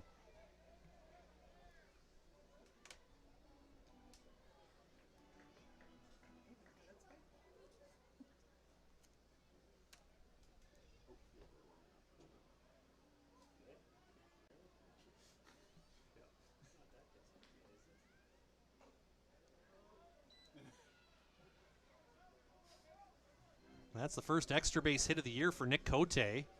Count now 1-2, but big time to get that first extra base knock to expand this lead to 3 now for Saskatoon. It's the 3rd RBI of the year for Cote. As he stands at second now, still 1 away. Grounder to second. Cote to third, the out recorded at first base, and now 2 down here in the 5th. Salinas, or pardon me, Wallachek to Signs for the putout. 4-3. Back to the top of the order for Brock Laird. 0 for 1. He has walked twice tonight, his last 2 at-bats. Now Laird trying to add another one on here in the 5th. And a big cut there, but nothing but wind coming from the bat on that one.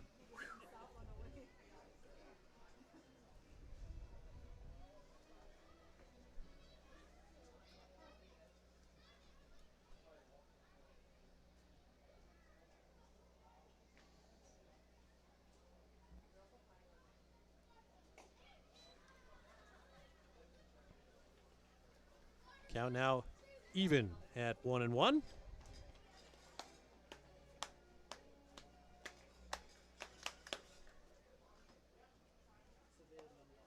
Cote standing at third. Working his way down the line. Good healthy lead there. The pitch is a ball. It's now 2-1 on Laird.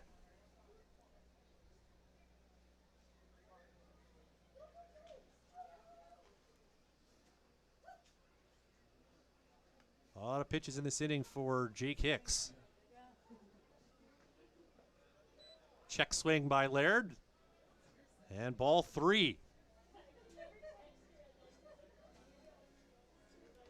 3 runs in already here in the 5th. Barry's now leading it 6-3. Can never score too many against this highly explosive Moose Jaw attack. Swinging a drive, left field, down the line, and foul. That had enough, but just didn't stay fair as Laird pulled it just outside the foul pole there, down the 330 over the 335 sign.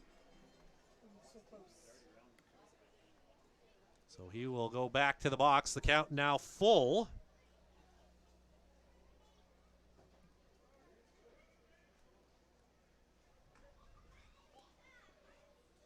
Laird's got power. He's got a couple homers already this season. Slugging .456.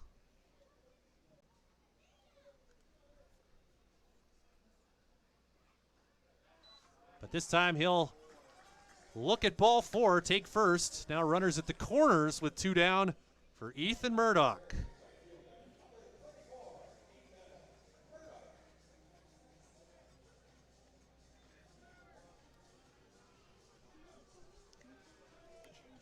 And looks like we are going to have another Moose Jaw pitching change here.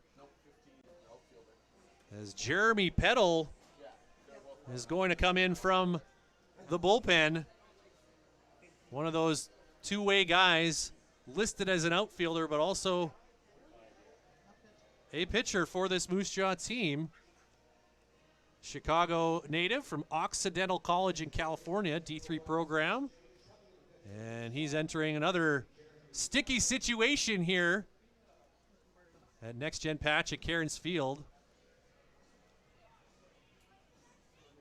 So the third pitcher of the night, Hicks, works an inning. Got a third out in the 4th and 2 outs here in the 5th, but he allows 3 runs here in the 5th to give the Berries the advantage. Peddle now the next up for Moose Jaw.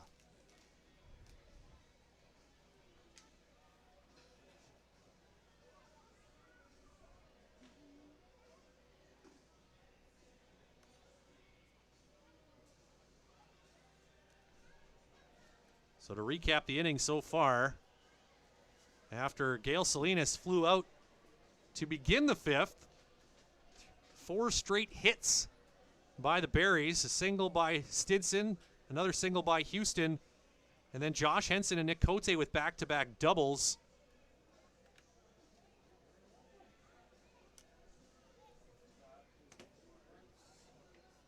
Cote now stands at third. Brock Laird after the walk is at first base.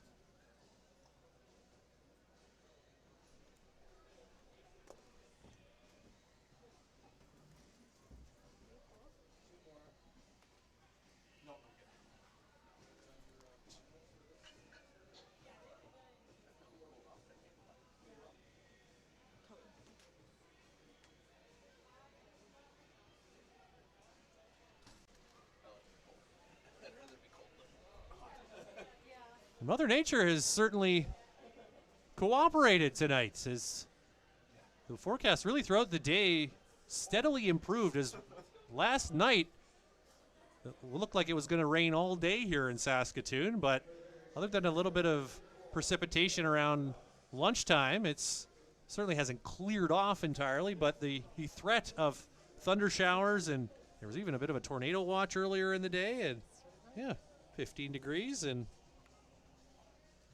still dry. Petal is ready now, and he'll face Murdoch.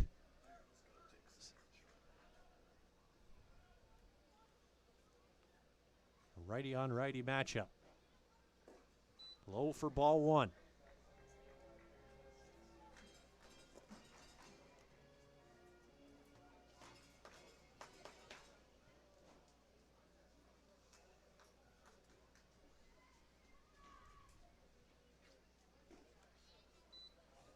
And now 2-0 on Murdoch. Jeremy Petal, 3 innings pitched this season. Last worked off the bump on June 14th against Weyburn. Swing and a miss by Murdoch. Count goes to 2-1.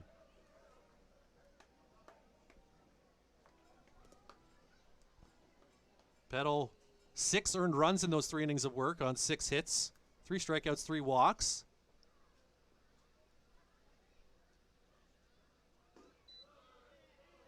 And now Murdoch's got the advantage. The count 3-1.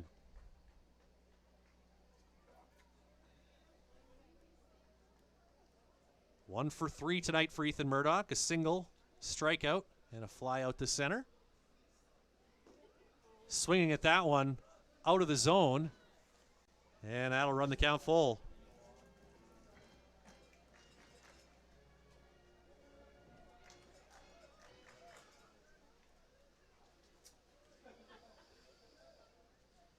Petal looks in and delivers.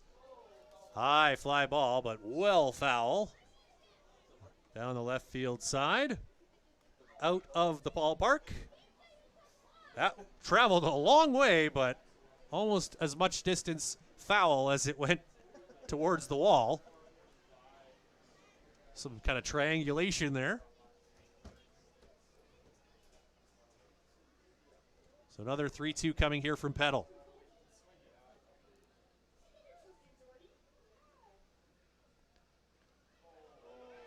Pitch in the dirt. Spirianis can't find it. Here comes the runner from third. Marion will score, or pardon me, Cote. It's a 4th run in the inning. It would have been ball 4, so Murdoch will take first, but the Berries expand their lead to 7-3 now.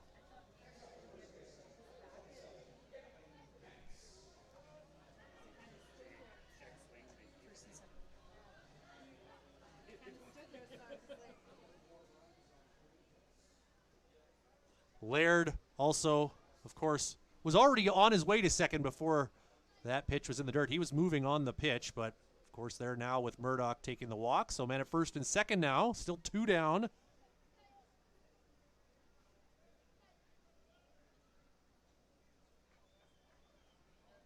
And Gavin Panks, the 9th hitter in the inning here for Saskatoon, as the Berries bat around. High fly ball, but not that deep. Out to left. Hauled in by Mraz, and that will end the inning, but it's a good one for the Berries. They strand 2, but they score 4, and they lead it now by 4, 7-3 after 5 innings of play. Hey baseball fans, make sure to stay up to date with your favorite teams across the league by subscribing to the WCBL YouTube channel right now. We have tons of free coverage for you over there, including daily highlights, full archived game broadcasts, daily game day previews, plus a WCBL report with myself and Joe McFarland every Wednesday. It's all in one spot, the WCBL YouTube channel. Subscribe today.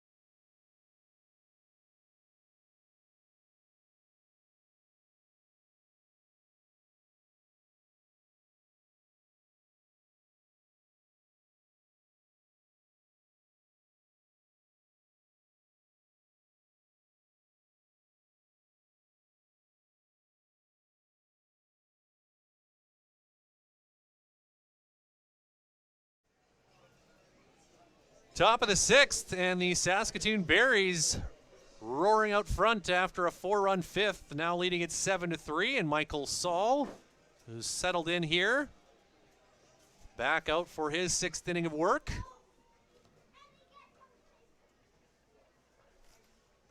And facing the center fielder, Chris Franks, to begin the top half of the 6th, fouling it back for strike 1.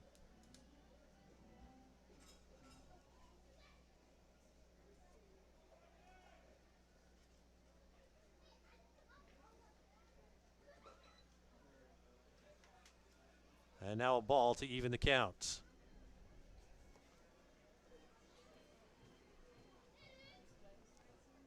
Franks 0 for 2. Pops this one into foul territory. That's going to get into the seats. No one wanted it. It was like a bomb going off down there, a little mortar shell scattered. It's very like geometrically symmetrical there, though. Everyone kind of spread out in like a perfect circle. But I think that's a ball team down there, so come on, someone make a play on that. One's got the gloves. Hey, barehanded. Come on. 2-2 now the count. On Franks.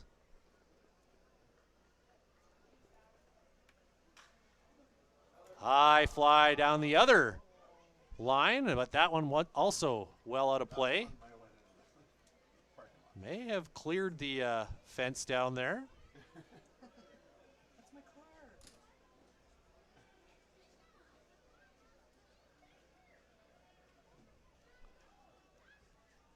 The 2-2 from Saul, high for ball 3.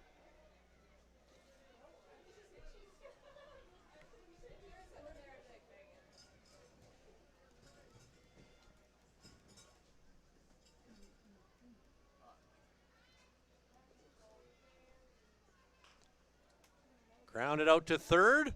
Henson gets it, but the throw pulled. No! I thought it pulled the man off the bag, but Panks just barely able to keep one cleat on the base there.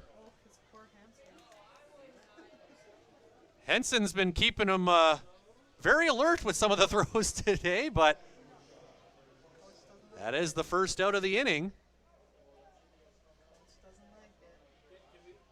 And now some debate ensuing here.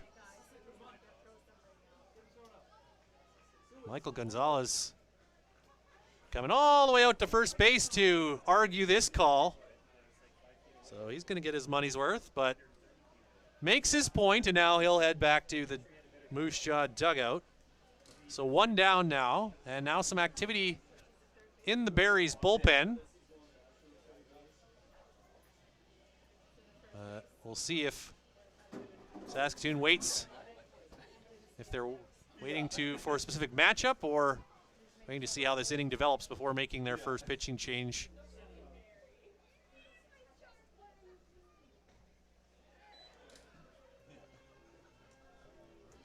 Strike one on William Edwards, who's 0 for 1 with a walk this evening.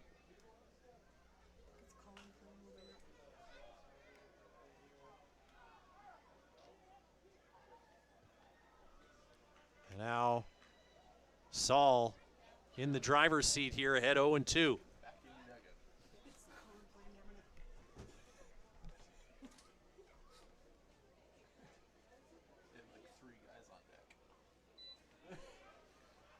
Ball one on Edwards. Colin Plain, the right-hander, getting some warm-up tosses in down that first base side in the Berries bullpen. Grounder right over the mound. Laird gets to it. Throw is in time to record out number 2. Close play at the first base bag, but dug out there by Panks, who's had to make a few tough snags there this evening and has looked pretty sharp doing it. So 2 down now, and Eduardo Signs, the cleanup hitter, up to bat for Moose Jaw.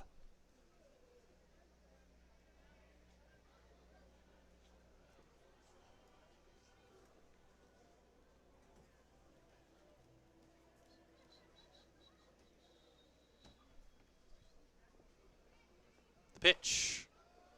High, ball one.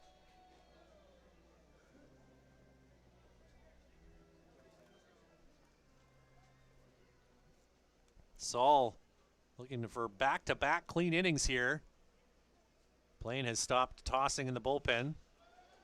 Line right to second base. And caught there for the third out by Salinas. It's another 3-up, 3-down inning, the third of the night for Saul. Better call Saul. The Berries now lead it 7-3 still after 5.5. We're headed to the bottom of the 6th. Berries coming to the bat.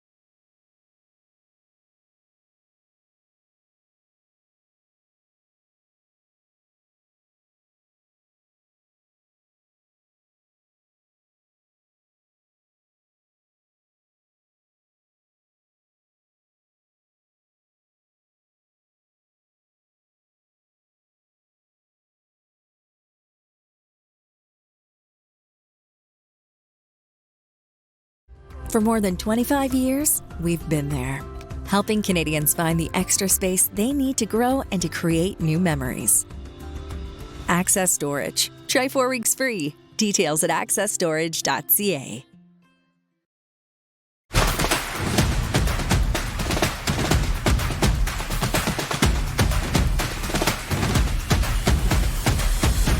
For over a century, we've been more than just lawyers. We're your neighbors, your friends, and your strongest advocates. With 15 locations across the prairies, we're everywhere you are. Stringham, your local lawyers.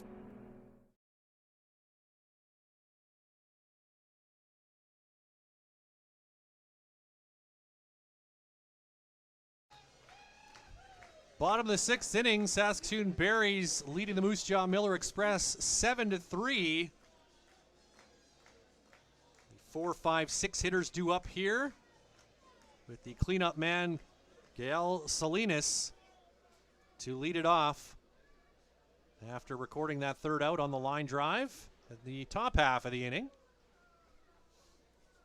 Salinas 1 for 3 with a single this evening. And lines that right to third, and a leaping catch made by Michael Rago.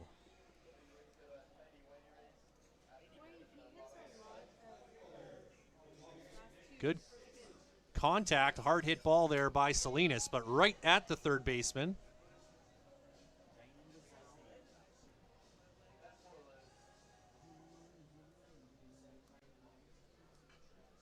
That brings up the left fielder, Nick Stinson. 1 for 3 tonight. Single and a run scored. He was the first of those 4 runs last inning for the Berries, in a frame that saw them send 9 men to the plate.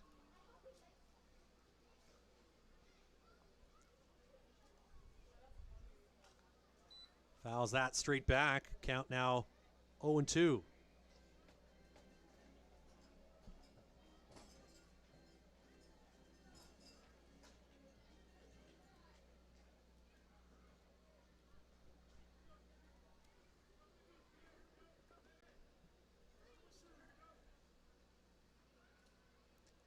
Peddle high with that pitch as they appeal on the check swing. He did not go.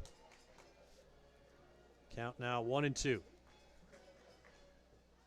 on Stinson.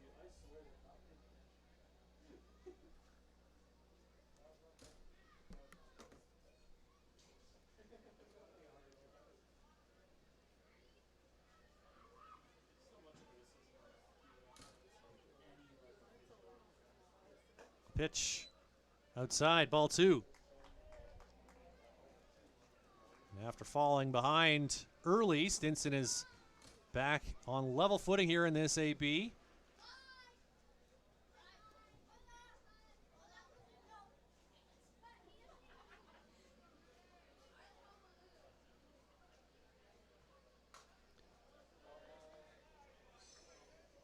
Hits that one foul down the left field side.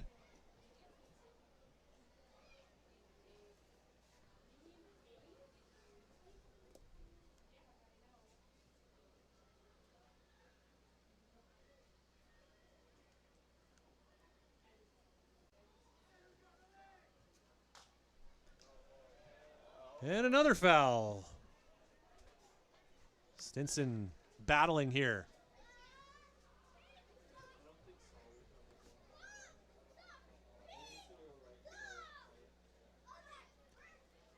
Another 2-2 coming here from Jeremy Peddle, the third pitcher of the night for Moose Jaw.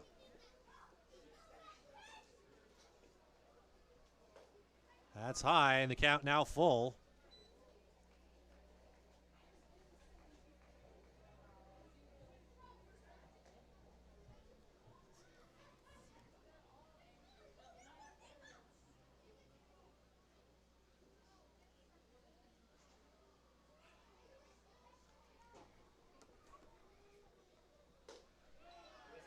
That's ball 4. It's a 1-out walk as Stinson heads down to first base.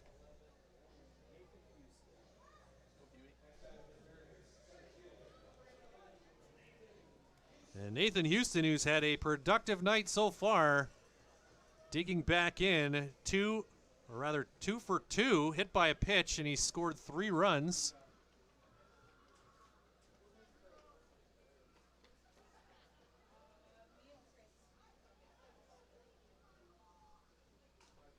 Check swing foul straight back for strike 1.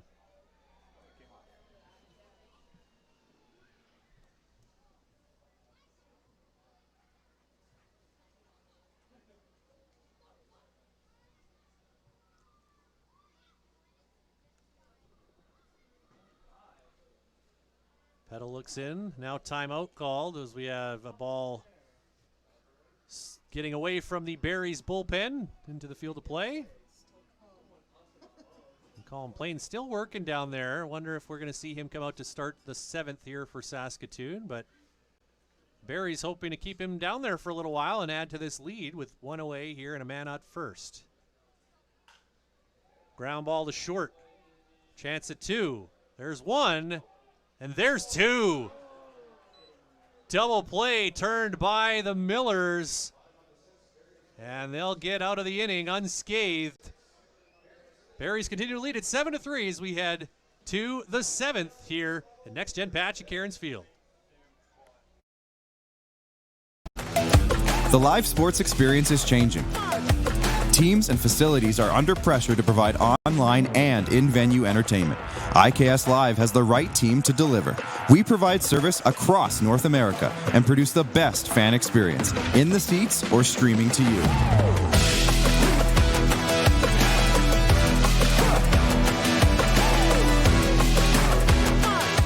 IKS Live continues to bring you the best seat in the house.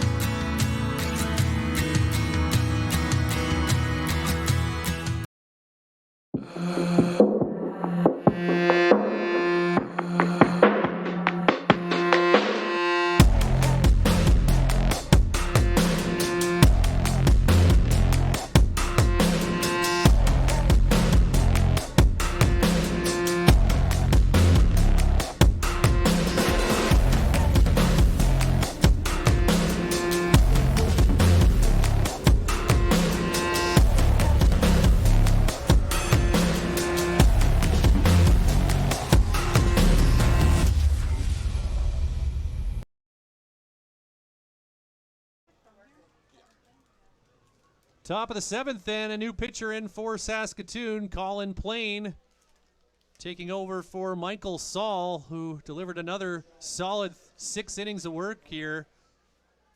His ERA will rise a little bit, but that's what happens when you have a .56. It's tough to bring that one down. Still a very good 6 innings for Saul as he allowed his team to get the bats going and now leaves with a 7-3 lead, and Plain into the action for Saskatoon, the hometown kid.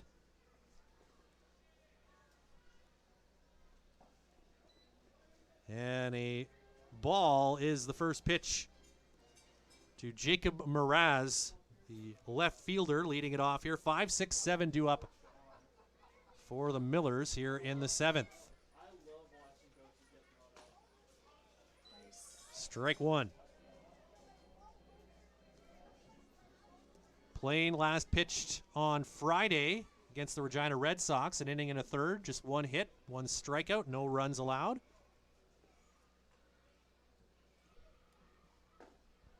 In fact, has not allowed an earned run in 6 1/3 so far this season. 2-1 the count now. In that 6 1/3, 5 strikeouts, 2 walks, 5 hits, 1 run, but not earned. This looks like it's going to stay fair, and it does down the first base line. Extra bases here for Mraz. Thought he was thinking 3, but he gears down here as Murdoch hustled over to get to that in the corner and limit Mraz to a double.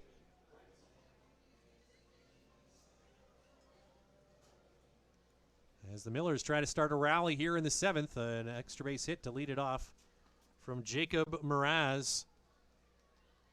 That brings Caden Ransom to the plate. Last time up, he did some damage with a 2-run homer to left field. That gave the Millers a 3-1 lead, but the Berries have scored 6 unanswered since then. Ransom once again up with a man aboard.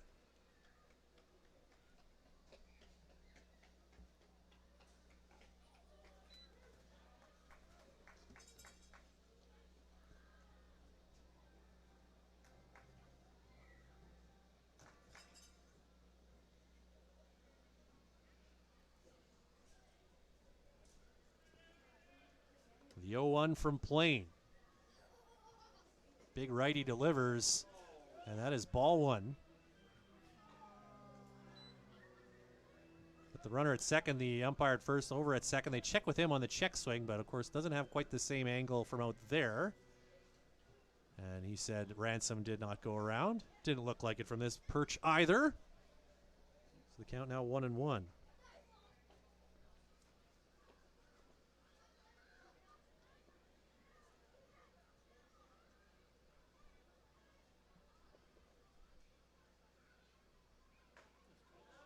That one's in there. Strike two. Ball and 2 strikes now on the DH Ransom.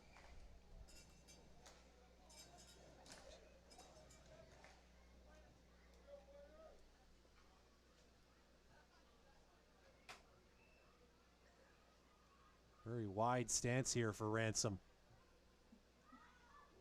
Skips a couple feet in front of the plate, and taking third base on that wild pitch will be Mraz.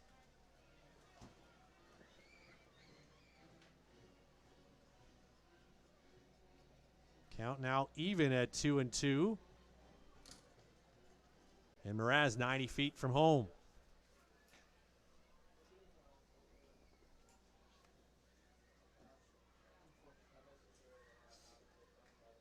Ransom 1 for 2 with that 2-run homer.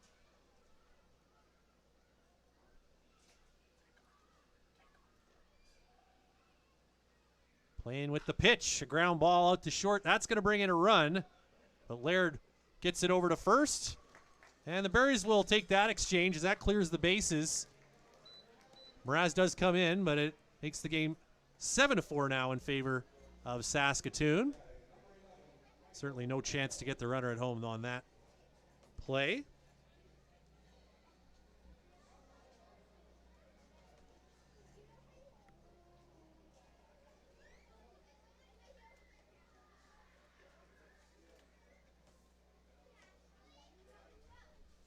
One away here in the 7th.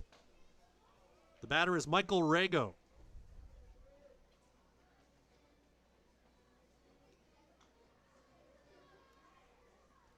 Oh for 2, couple of flyouts to center for the Millers' third baseman.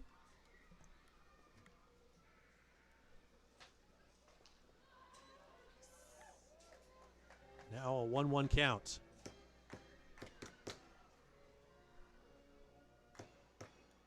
Rago hails from Bensonville, Illinois. Plays at St. Ambrose in the NAIA. A high pop-up behind first, down to shallow right, right along the line, and Murdoch comes over. Makes the catch. High enough on that fly. It gave Murdoch time to get over, catch it in foul territory for the second out of the inning.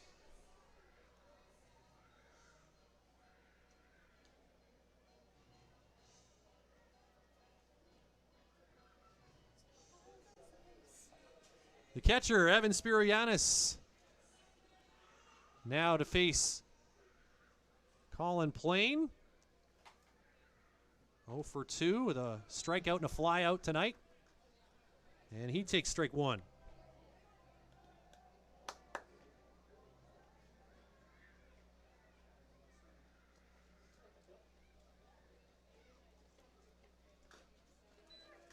Chopped that one foul. Now in the hole 0-2.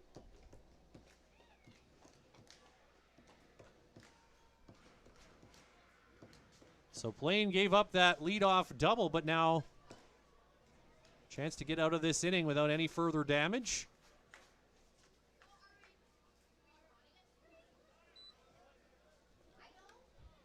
Ball 1.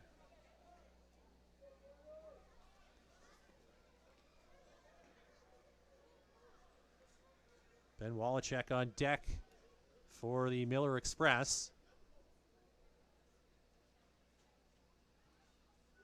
Spirianos swing and a miss at strike 3.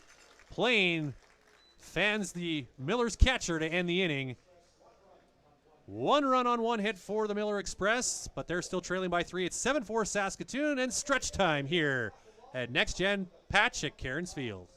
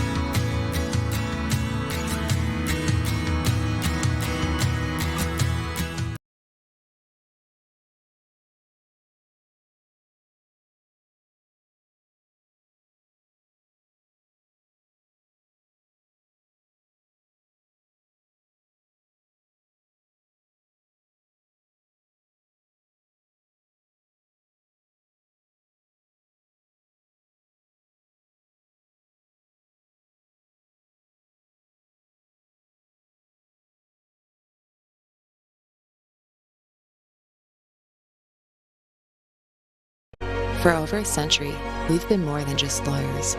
We're your neighbors, your friends, and your strongest advocates. With 15 locations across the prairies, we're everywhere you are. Stringham, your local lawyers.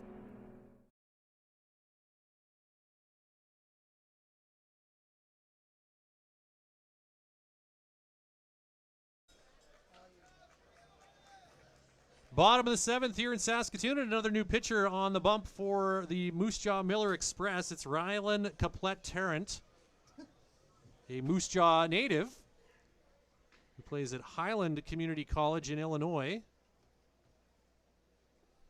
And the first southpaw we've seen here tonight. First pitch is high for ball 1 to the number 7 hitter Josh Henson. So 7-8-9 here for Saskatoon. And now 2-0. Henson 1 for 2 tonight with a double and a walk, couple RBI. Scored a run as well in that 4-run 5th inning for the Berries, and tough start here to the night for Caplet-Tarrant with a 3-0 count.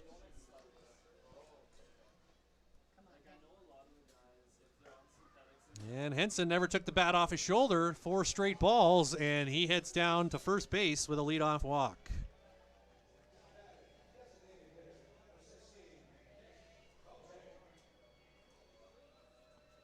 Berry's looking to add some insurance here in the 7th inning. And leadoff walks have a tendency to find their way around the bases. I heard a stat recently in the major leagues, something like 48% of leadoff walks come in to score this season. And that's at the highest level.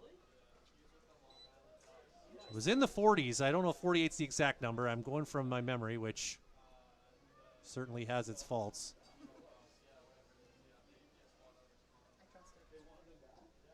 Well, I'm getting an endorsement here. I appreciate that. After a first pitch strike to Nick Cote, now a ball to even the count at 1-1. Cote with an RBI double as part of a 1-for-3 night so far. He's also struck out and grounded out. A bit of a late call on the strike 2 there, but it is now a 1-2 count on Cote.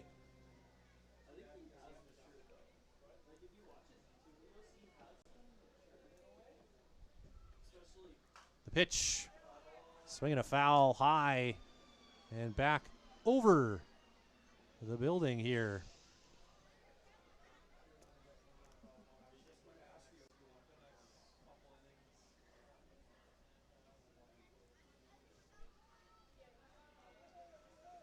Caplet, 5 1/3 innings worked this season. That's strike 3 on Cote. 7th strikeout of the season for Caplet. 1 away here in the 7th with Aiden Marion up to bat. 2nd strikeout of the night for Cote. 1 looking and now 1 swinging.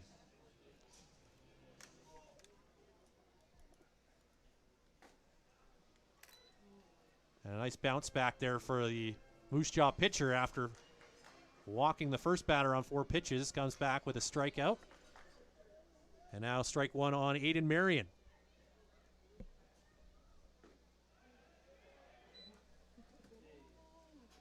And quickly ahead 0-2, so finding his feel now here in the 7th inning.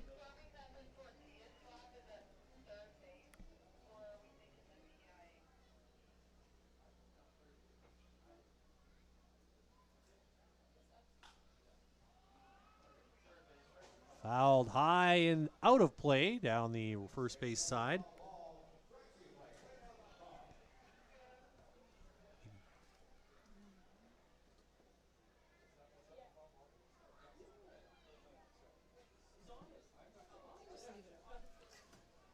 Ignore the graphic that says 2 outs. There are 1 away, or is 1 away.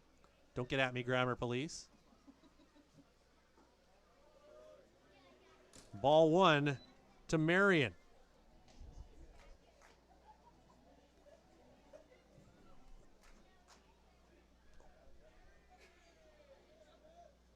1-2 the count. Marion 1 for 3 tonight with an RBI single. Drives this one into center and caught for the second out by Chris Franks.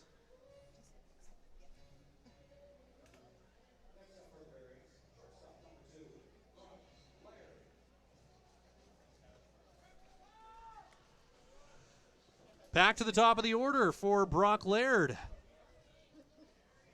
who has been on base 3 times tonight, all via the base on balls after popping out in his first at bat. So officially 0 for 1 tonight. Grounds this one to third.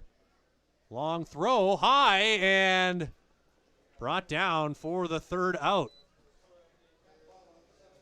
And that'll do it.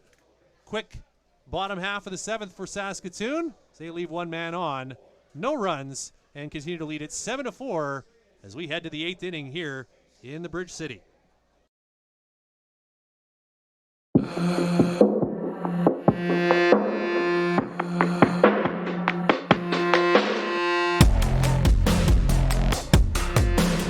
For more than 25 years, we've been there, helping Canadians find the extra space they need to grow and to create new memories. Access Storage. Try 4 weeks free. Details at accessstorage.ca.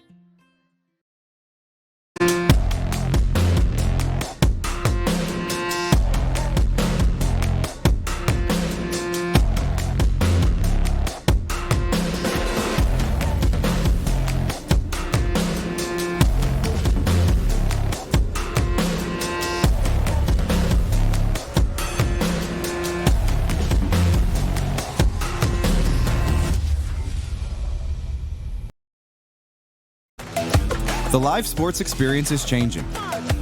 Teams and facilities are under pressure to provide online and in-venue entertainment. IKS Live has the right team to deliver. We provide service across North America and produce the best fan experience, in the seats or streaming to you.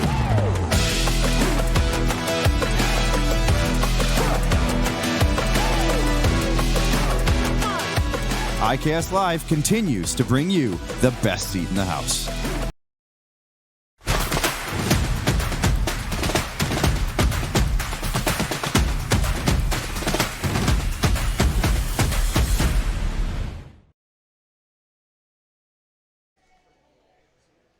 Top of the 8th here at Next Gen Patch at Cairns Field. Saskatoon Berries leading the Moose Jaw Miller Express 7-4, and Joe Carnahan going back to the bullpen, looking for the right tool for the job, and he's got one in Brody Wrench.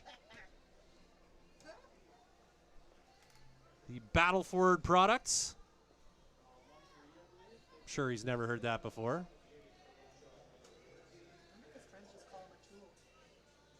And we just saw a lefty for Moose Jaw, now a lefty on the bump for Saskatoon. Wrench, 5 innings of work so far this season. 6 hits, 4 runs, all earned, 8 strikeouts, 5 walks. And strike 1 to the first batter of the inning, the number 9 hitter, Ben Wallachek.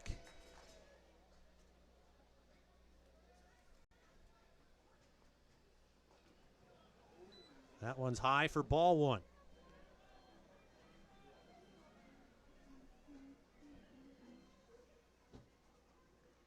Wrench plays his college ball at the University of Mary, D2 program.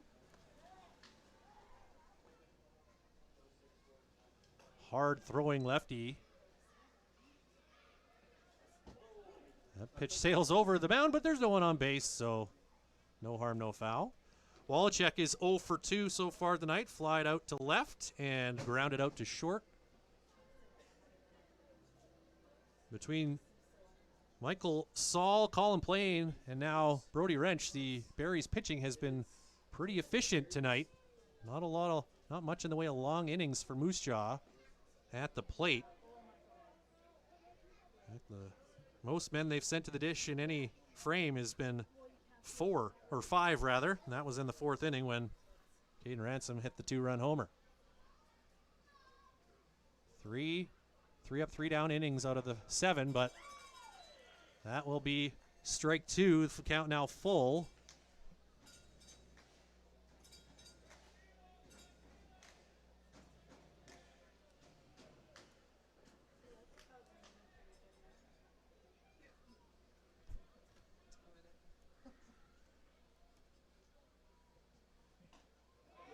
Strike three looking, and Wallachek cannot believe it. He was on his way to first. He wants to know where that pitch was. But according to the home plate umpire, it was in the strike zone. And it's the first out of the inning. And the first K for Brody Wrench. That's his 9th strikeout of the season.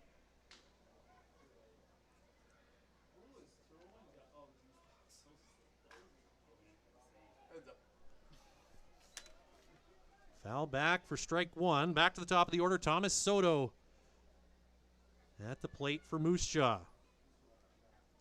0 for 2 with a strikeout.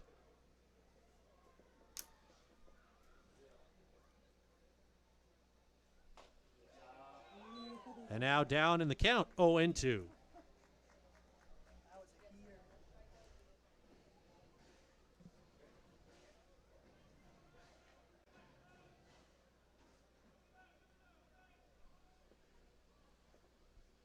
The 0-2 from Wrench. Well outside and into the backstop. A little extra mustard on that hot dog.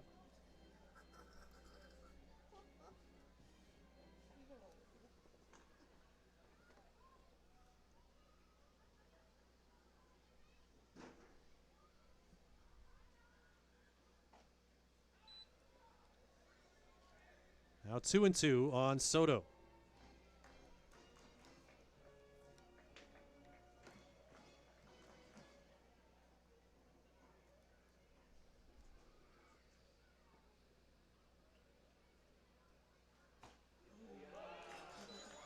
Wrench gets him with the heat. And Soto goes down swinging for out number 2. Back-to-back strikeouts here for Brody Wrench. Tightening the screws here on the Miller Express in the 8th.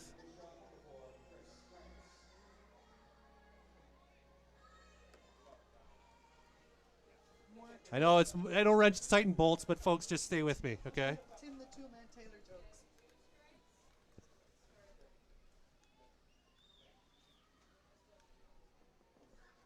So Chris Franks now up to bat, the number 2 hitter, the center fielder for Moose Jaw.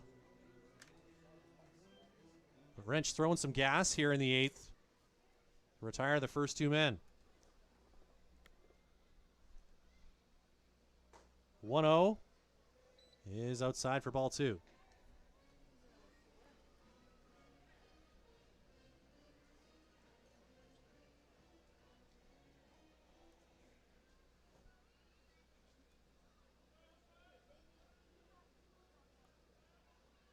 The pitch.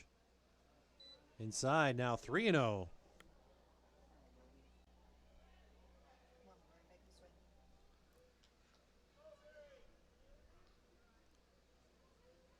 Miller's trying to get a 2-out rally started here in the 8th.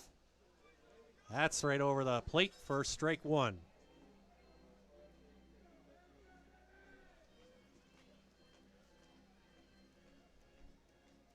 Mentioned these teams will meet again June 28th here in Saskatoon, and then 3 games in 2 days the following weekend, as that is ball 4 and a 2-out walk issued to Chris Franks.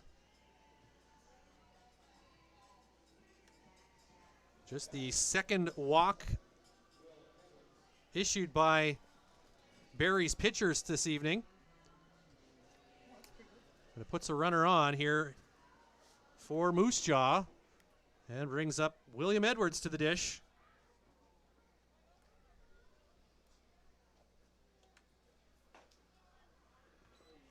Those 3 games on the extended Canada Day long weekend, if you will, July 4th and 5th. Part of one of those, a doubleheader on the Saturday to make up for the rainout that they had earlier in the season. Ground ball to short. Laird will go to first and record the 3rd out of the inning, so the walk does no damage. And the Berries head to the bottom of the 8th with a 7-4 lead here at Saskatoon.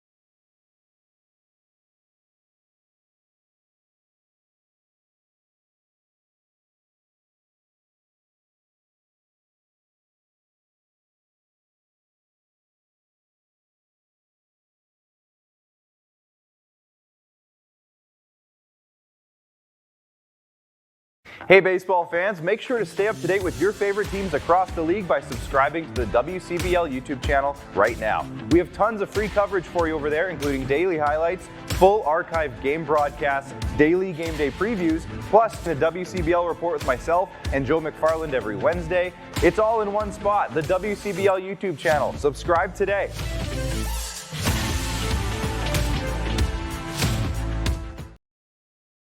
For over a century, we've been more than just lawyers. We're your neighbors, your friends, and your strongest advocates.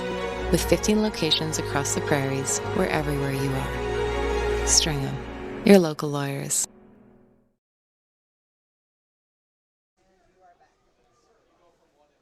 Two, 3, 4 hitters due up here in the bottom of the 8th for Saskatoon. Ethan Murdoch to start it off for the home side. 1 for 3 with an RBI single and a walk in his last plate appearance back in the 5th. As he looks at ball 1.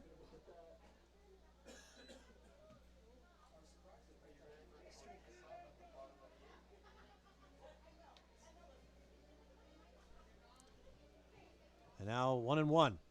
Rylan Caplet Tarrant back out for his second inning of work for the Millers. And now strike 2, and Ethan Murdoch, a little pep talk to himself via the hand to the helmet.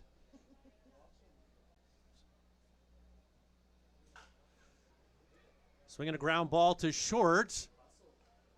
And play made by Soto to record the first outs.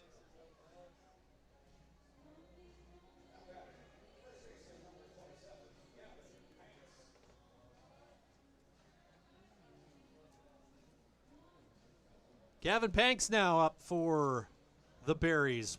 0 for 2 with a walk.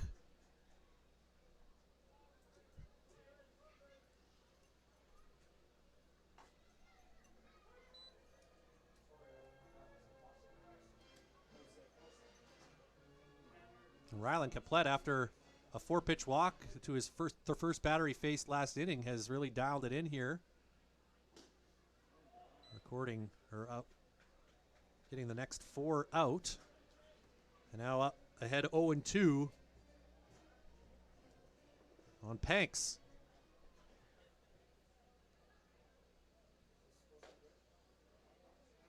High and outside, ball 1.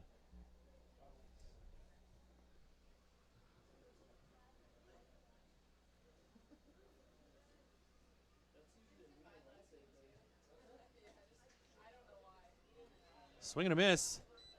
But the out will be recorded at first base as Spiro Giannis picks it up and fires it down to make it official. And now 2 down here in the 8th. Second strikeout for Rylan Caplet Tarrant. Gail Salinas, the cleanup man, now at the dish for Saskatoon. 1 for 4 tonight with a single. A couple of flyouts and a line out.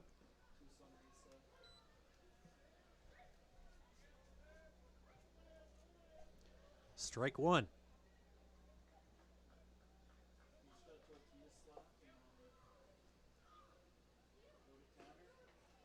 And now down 0-2.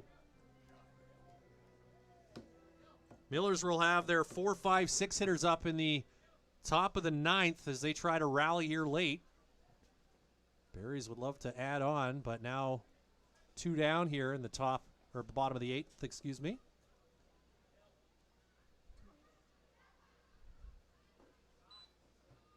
That's low for ball 2. Ball 1, excuse me.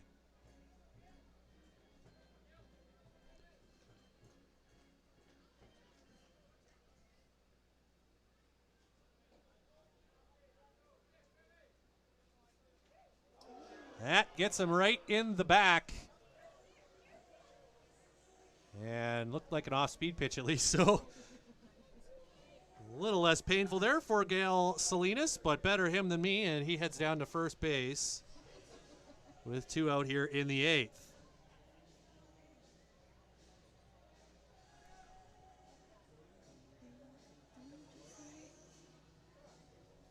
And that'll bring up Nick Stinson. 1 for 3 with a single, a run scored, and a walk. Swings at the first pitch he sees. Fly ball out to center field. And Franks is there to record the third out.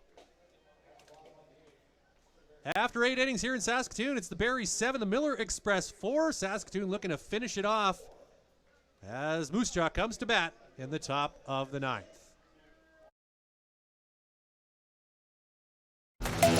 The live sports experience is changing. Teams and facilities are under pressure to provide online and in-venue entertainment. IKS Live has the right team to deliver. We provide service across North America and produce the best fan experience, in the seats or streaming to you.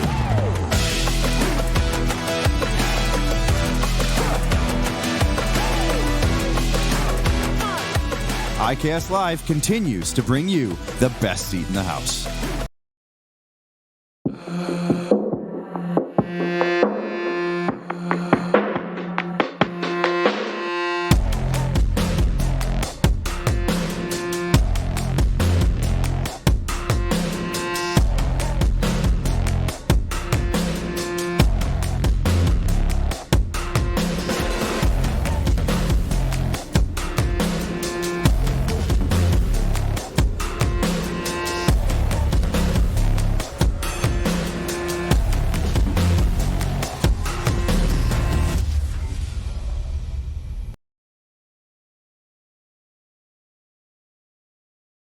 For over a century, we've been more than just lawyers.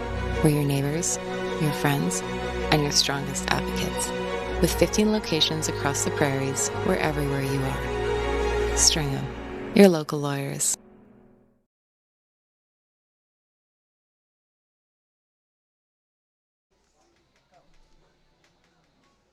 Ninth inning here at Next Gen Patch at Cairns Field. Saskatoon Berries 3 outs away from leapfrogging the Moose Jaw Miller Express back into first place in the East Division if they can get 3 more outs. And in to try to seal the deal is Tanner Hosick.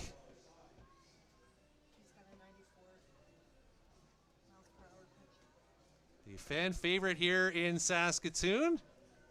9 innings pitched so far this season. Just 1 earned run. Even I can do the math on that ERA. 13 strikeouts, 4 walks. 9 hits in those 9 innings, and he will face the meat of the Miller Express order, 4, 5, 6 batters, starting with the cleanup hitter, the first baseman, Eduardo Sainz. And he swings at the first pitch, grounds it to third, but bouncing off the glove of Henson. And the leadoff man is aboard for Moose Jaw here in the 9th. Would have been a tight play, but Henson couldn't field that grounder cleanly. And Sainz is aboard.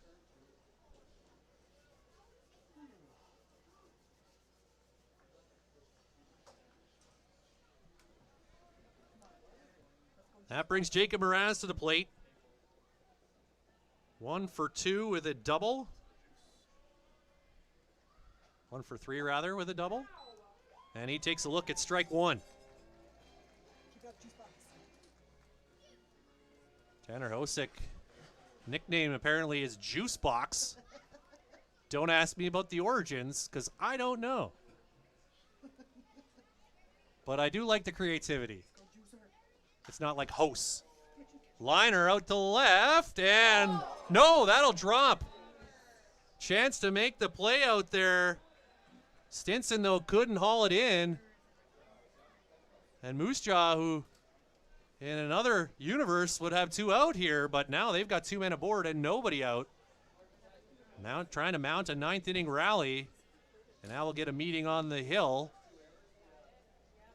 And that's going to be an error on the left fielder, Nick Stinson. So 2 errors to start the inning in a game that the Berries defense has been pretty clean. There's been a couple of errant throws, but they've been hauled in at first base to make the outs. And so an inopportune time for Saskatoon start booting the ball around a little bit, and now the Millers trying to take advantage.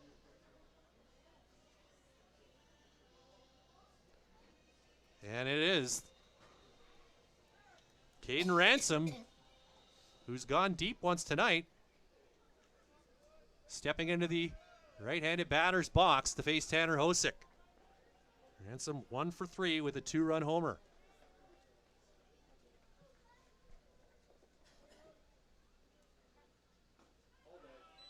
Takes the first pitch. It's in for a strike. Got a feel for Hosick. It could be 2 down, nobody on here. He's made the pitches, the first 2 hitters.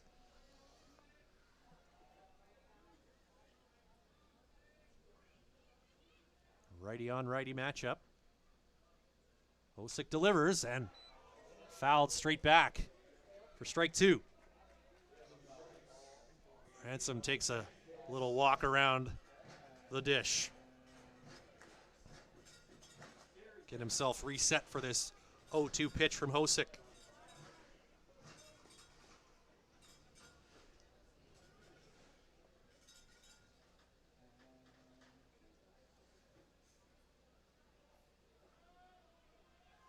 Now timeout called by Ransom and granted by the umpire.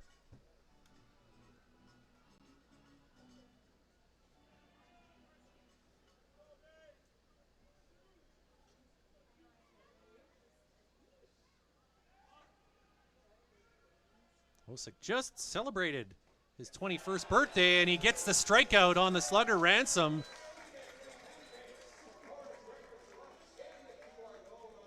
I'm sure Tanner Hosick would like a nice few days late birthday gift. Lock down the save here, now 2 outs away.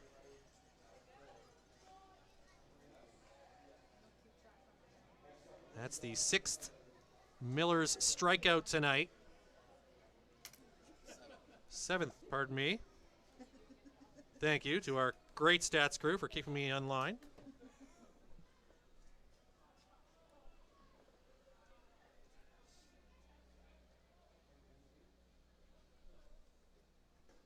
Now Michael Rago up to bat.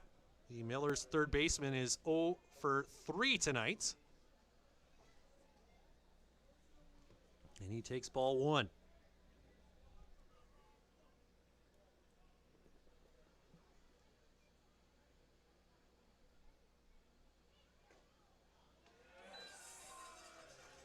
Hosick right back in with a strike to even the count.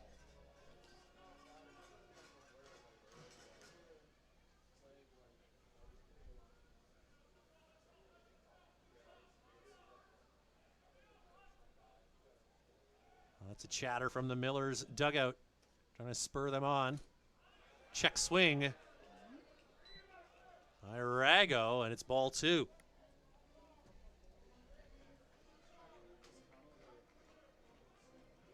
He's flied out 3 times tonight, once in foul territory.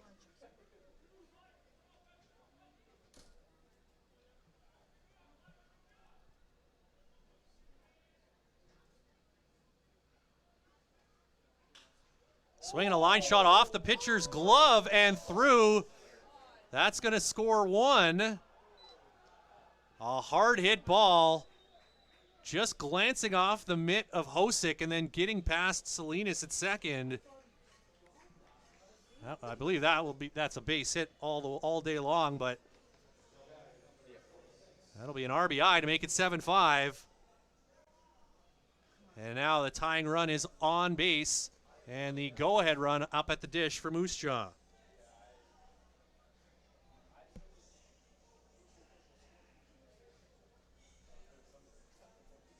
RBI single for Michael Rago.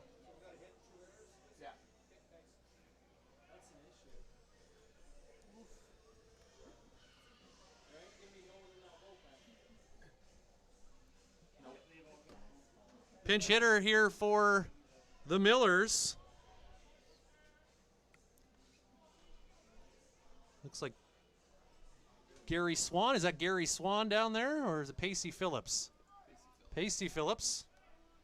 I think I need a new prescription. Can't tell my 8s from my 9s, but it is Pacey Phillips, the Robert Saskatchewan product. in to bat for Evan Spiroyanis. And it's ball one from Hosick. Nervous times here in the ninth. 7-5, Barry's trying to get it to the finish line here.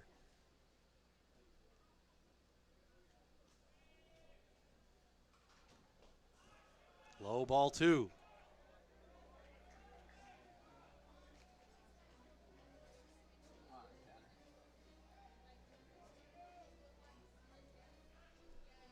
Moose Jaw got one in the first, two in the fourth, one in the seventh, and now one more here in the ninth.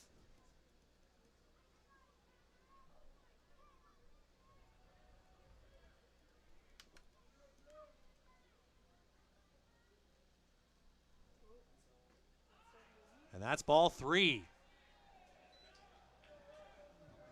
And it's getting to be puckering time here. Next gen patch at Cairns Field.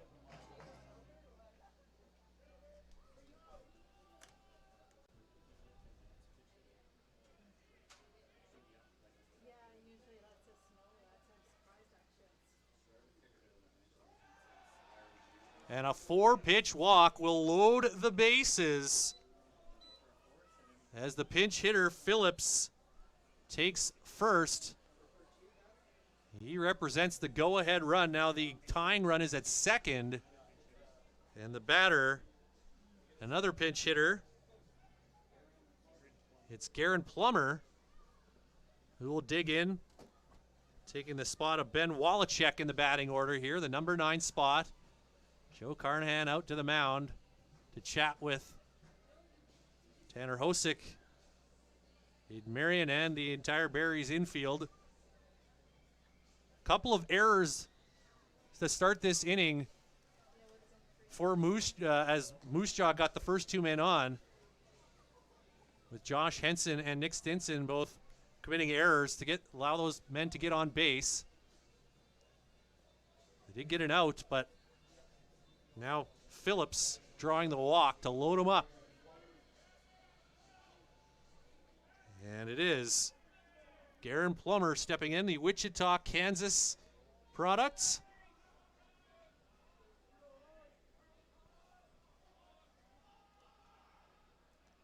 Hitting .357 this season. That's strike one from Hosick.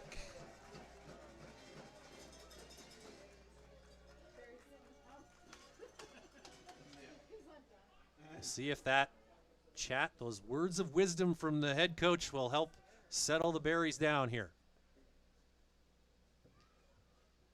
The pitch from Hosick. And ball one. 1-1.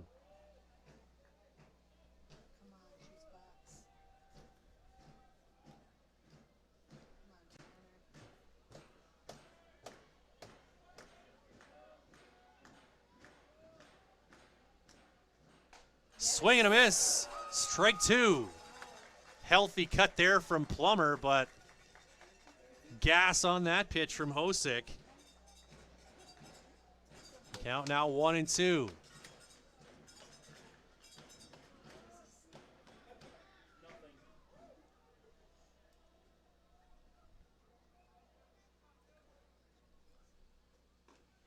Strike three.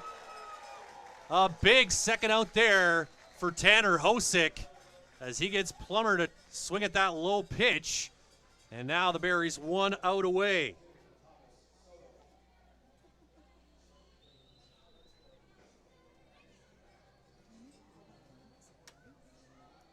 Second strikeout in the inning for Hosick. And that brings the leadoff man back to the dish, Thomas Soto. Bases juiced. A little extra on that one from Hosick, but it's out of the zone for ball one.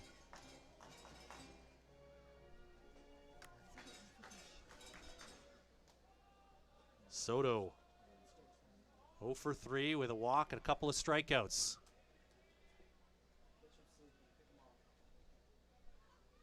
The pitch from Hosick in there, strike one.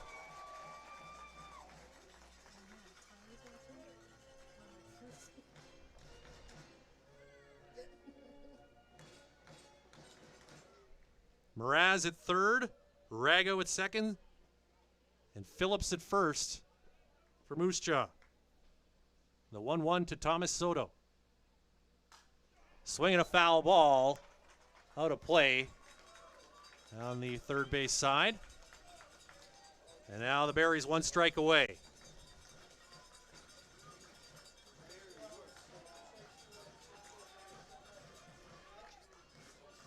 Hosick looking to thread the needle here.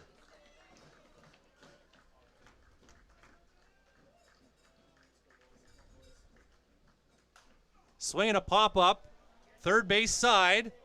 Will it stay in play? It will not.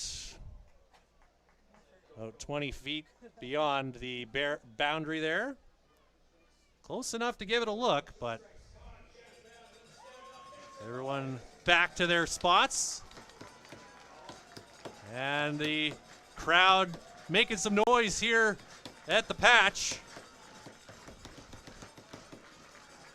Another 1-2 coming here from Hosick.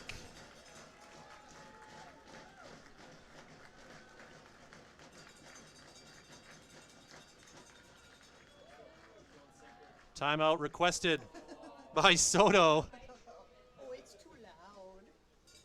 And the crowd reacts accordingly.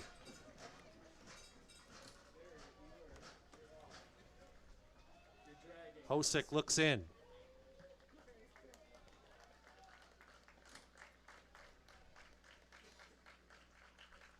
Swinging another fly, high, foul, and once again out of play. Soto battling here with 2 strikes.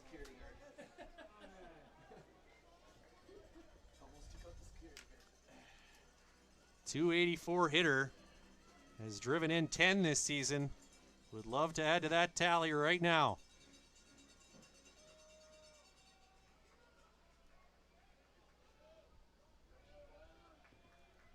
Hosick ready. Sets. Swing and a miss. Strike 3. That's the ball game. Wasn't easy, but Tanner Hosick strikes out 3 in the 9th to pick up the save. And the Berries retake top spot of the East Division. 7-5 the final over the Moose Jaw Miller Express.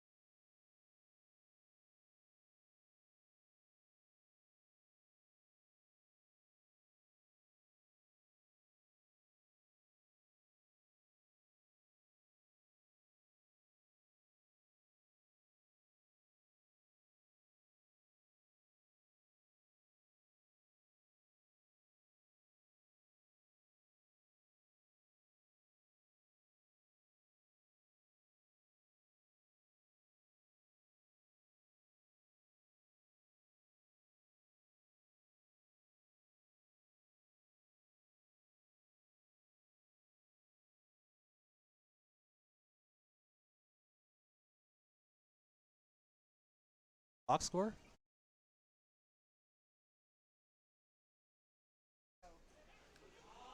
Back to Rapid side, next gen patch at Cairns Field. A nail biter in the 9th, but Tanner Hosick, who's being interviewed on the field right now, gets the job done to pick up the save. Had a lot of traffic. The Moose Jaw Miller Express got a run in and loaded the bases, had the tying run at second, but Hosick nailed it down with a couple of big Ks to close it out, getting the pinch hitter, Garen Plummer, and then Thomas Soto, the leadoff man, with back-to-back strikeouts to close it out. And the Berries pick up the 7-5 victory. 7 runs on 8 hits, 3 errors by Saskatoon tonight. 10 men left on base. The Moose Jaw Miller Express, 5 runs on 3 hits, just 3 hits, and committed 2 errors. 5 men were left on tonight. And the big inning, of course, was that 5th inning for Saskatoon, scoring 4 times to take a 7-3 lead. That proved to be enough cushion to get them to the finish line, and they earn their 12th win of the season, matching Moose Jaw in that department, but Moose Jaw now with 1 more loss as they drop to 12-7. The Berries 12-6 on the year, moving back ahead of Moose Jaw by half a game in the East Division for first place in the East Division standings. Next home game for the Berries will come your way on Saturday, June 27th, when they take on the Medicine Hat Mavericks. Pardon me, the Weyburn Beavers. I'm trying to read a condensed logo there. My bad. Weyburn Beavers will be in town on Saturday, June the 27th. It's a 6 o'clock first pitch here at Next Gen Patch at Cairns Field. Hope you can join us then. I'm Ryan Flaherty. Thanks for putting up with me for a night. Appreciate it. Have a great night. Hope you enjoyed this one. Join us again on Saturday when the Berries take on the Beavers.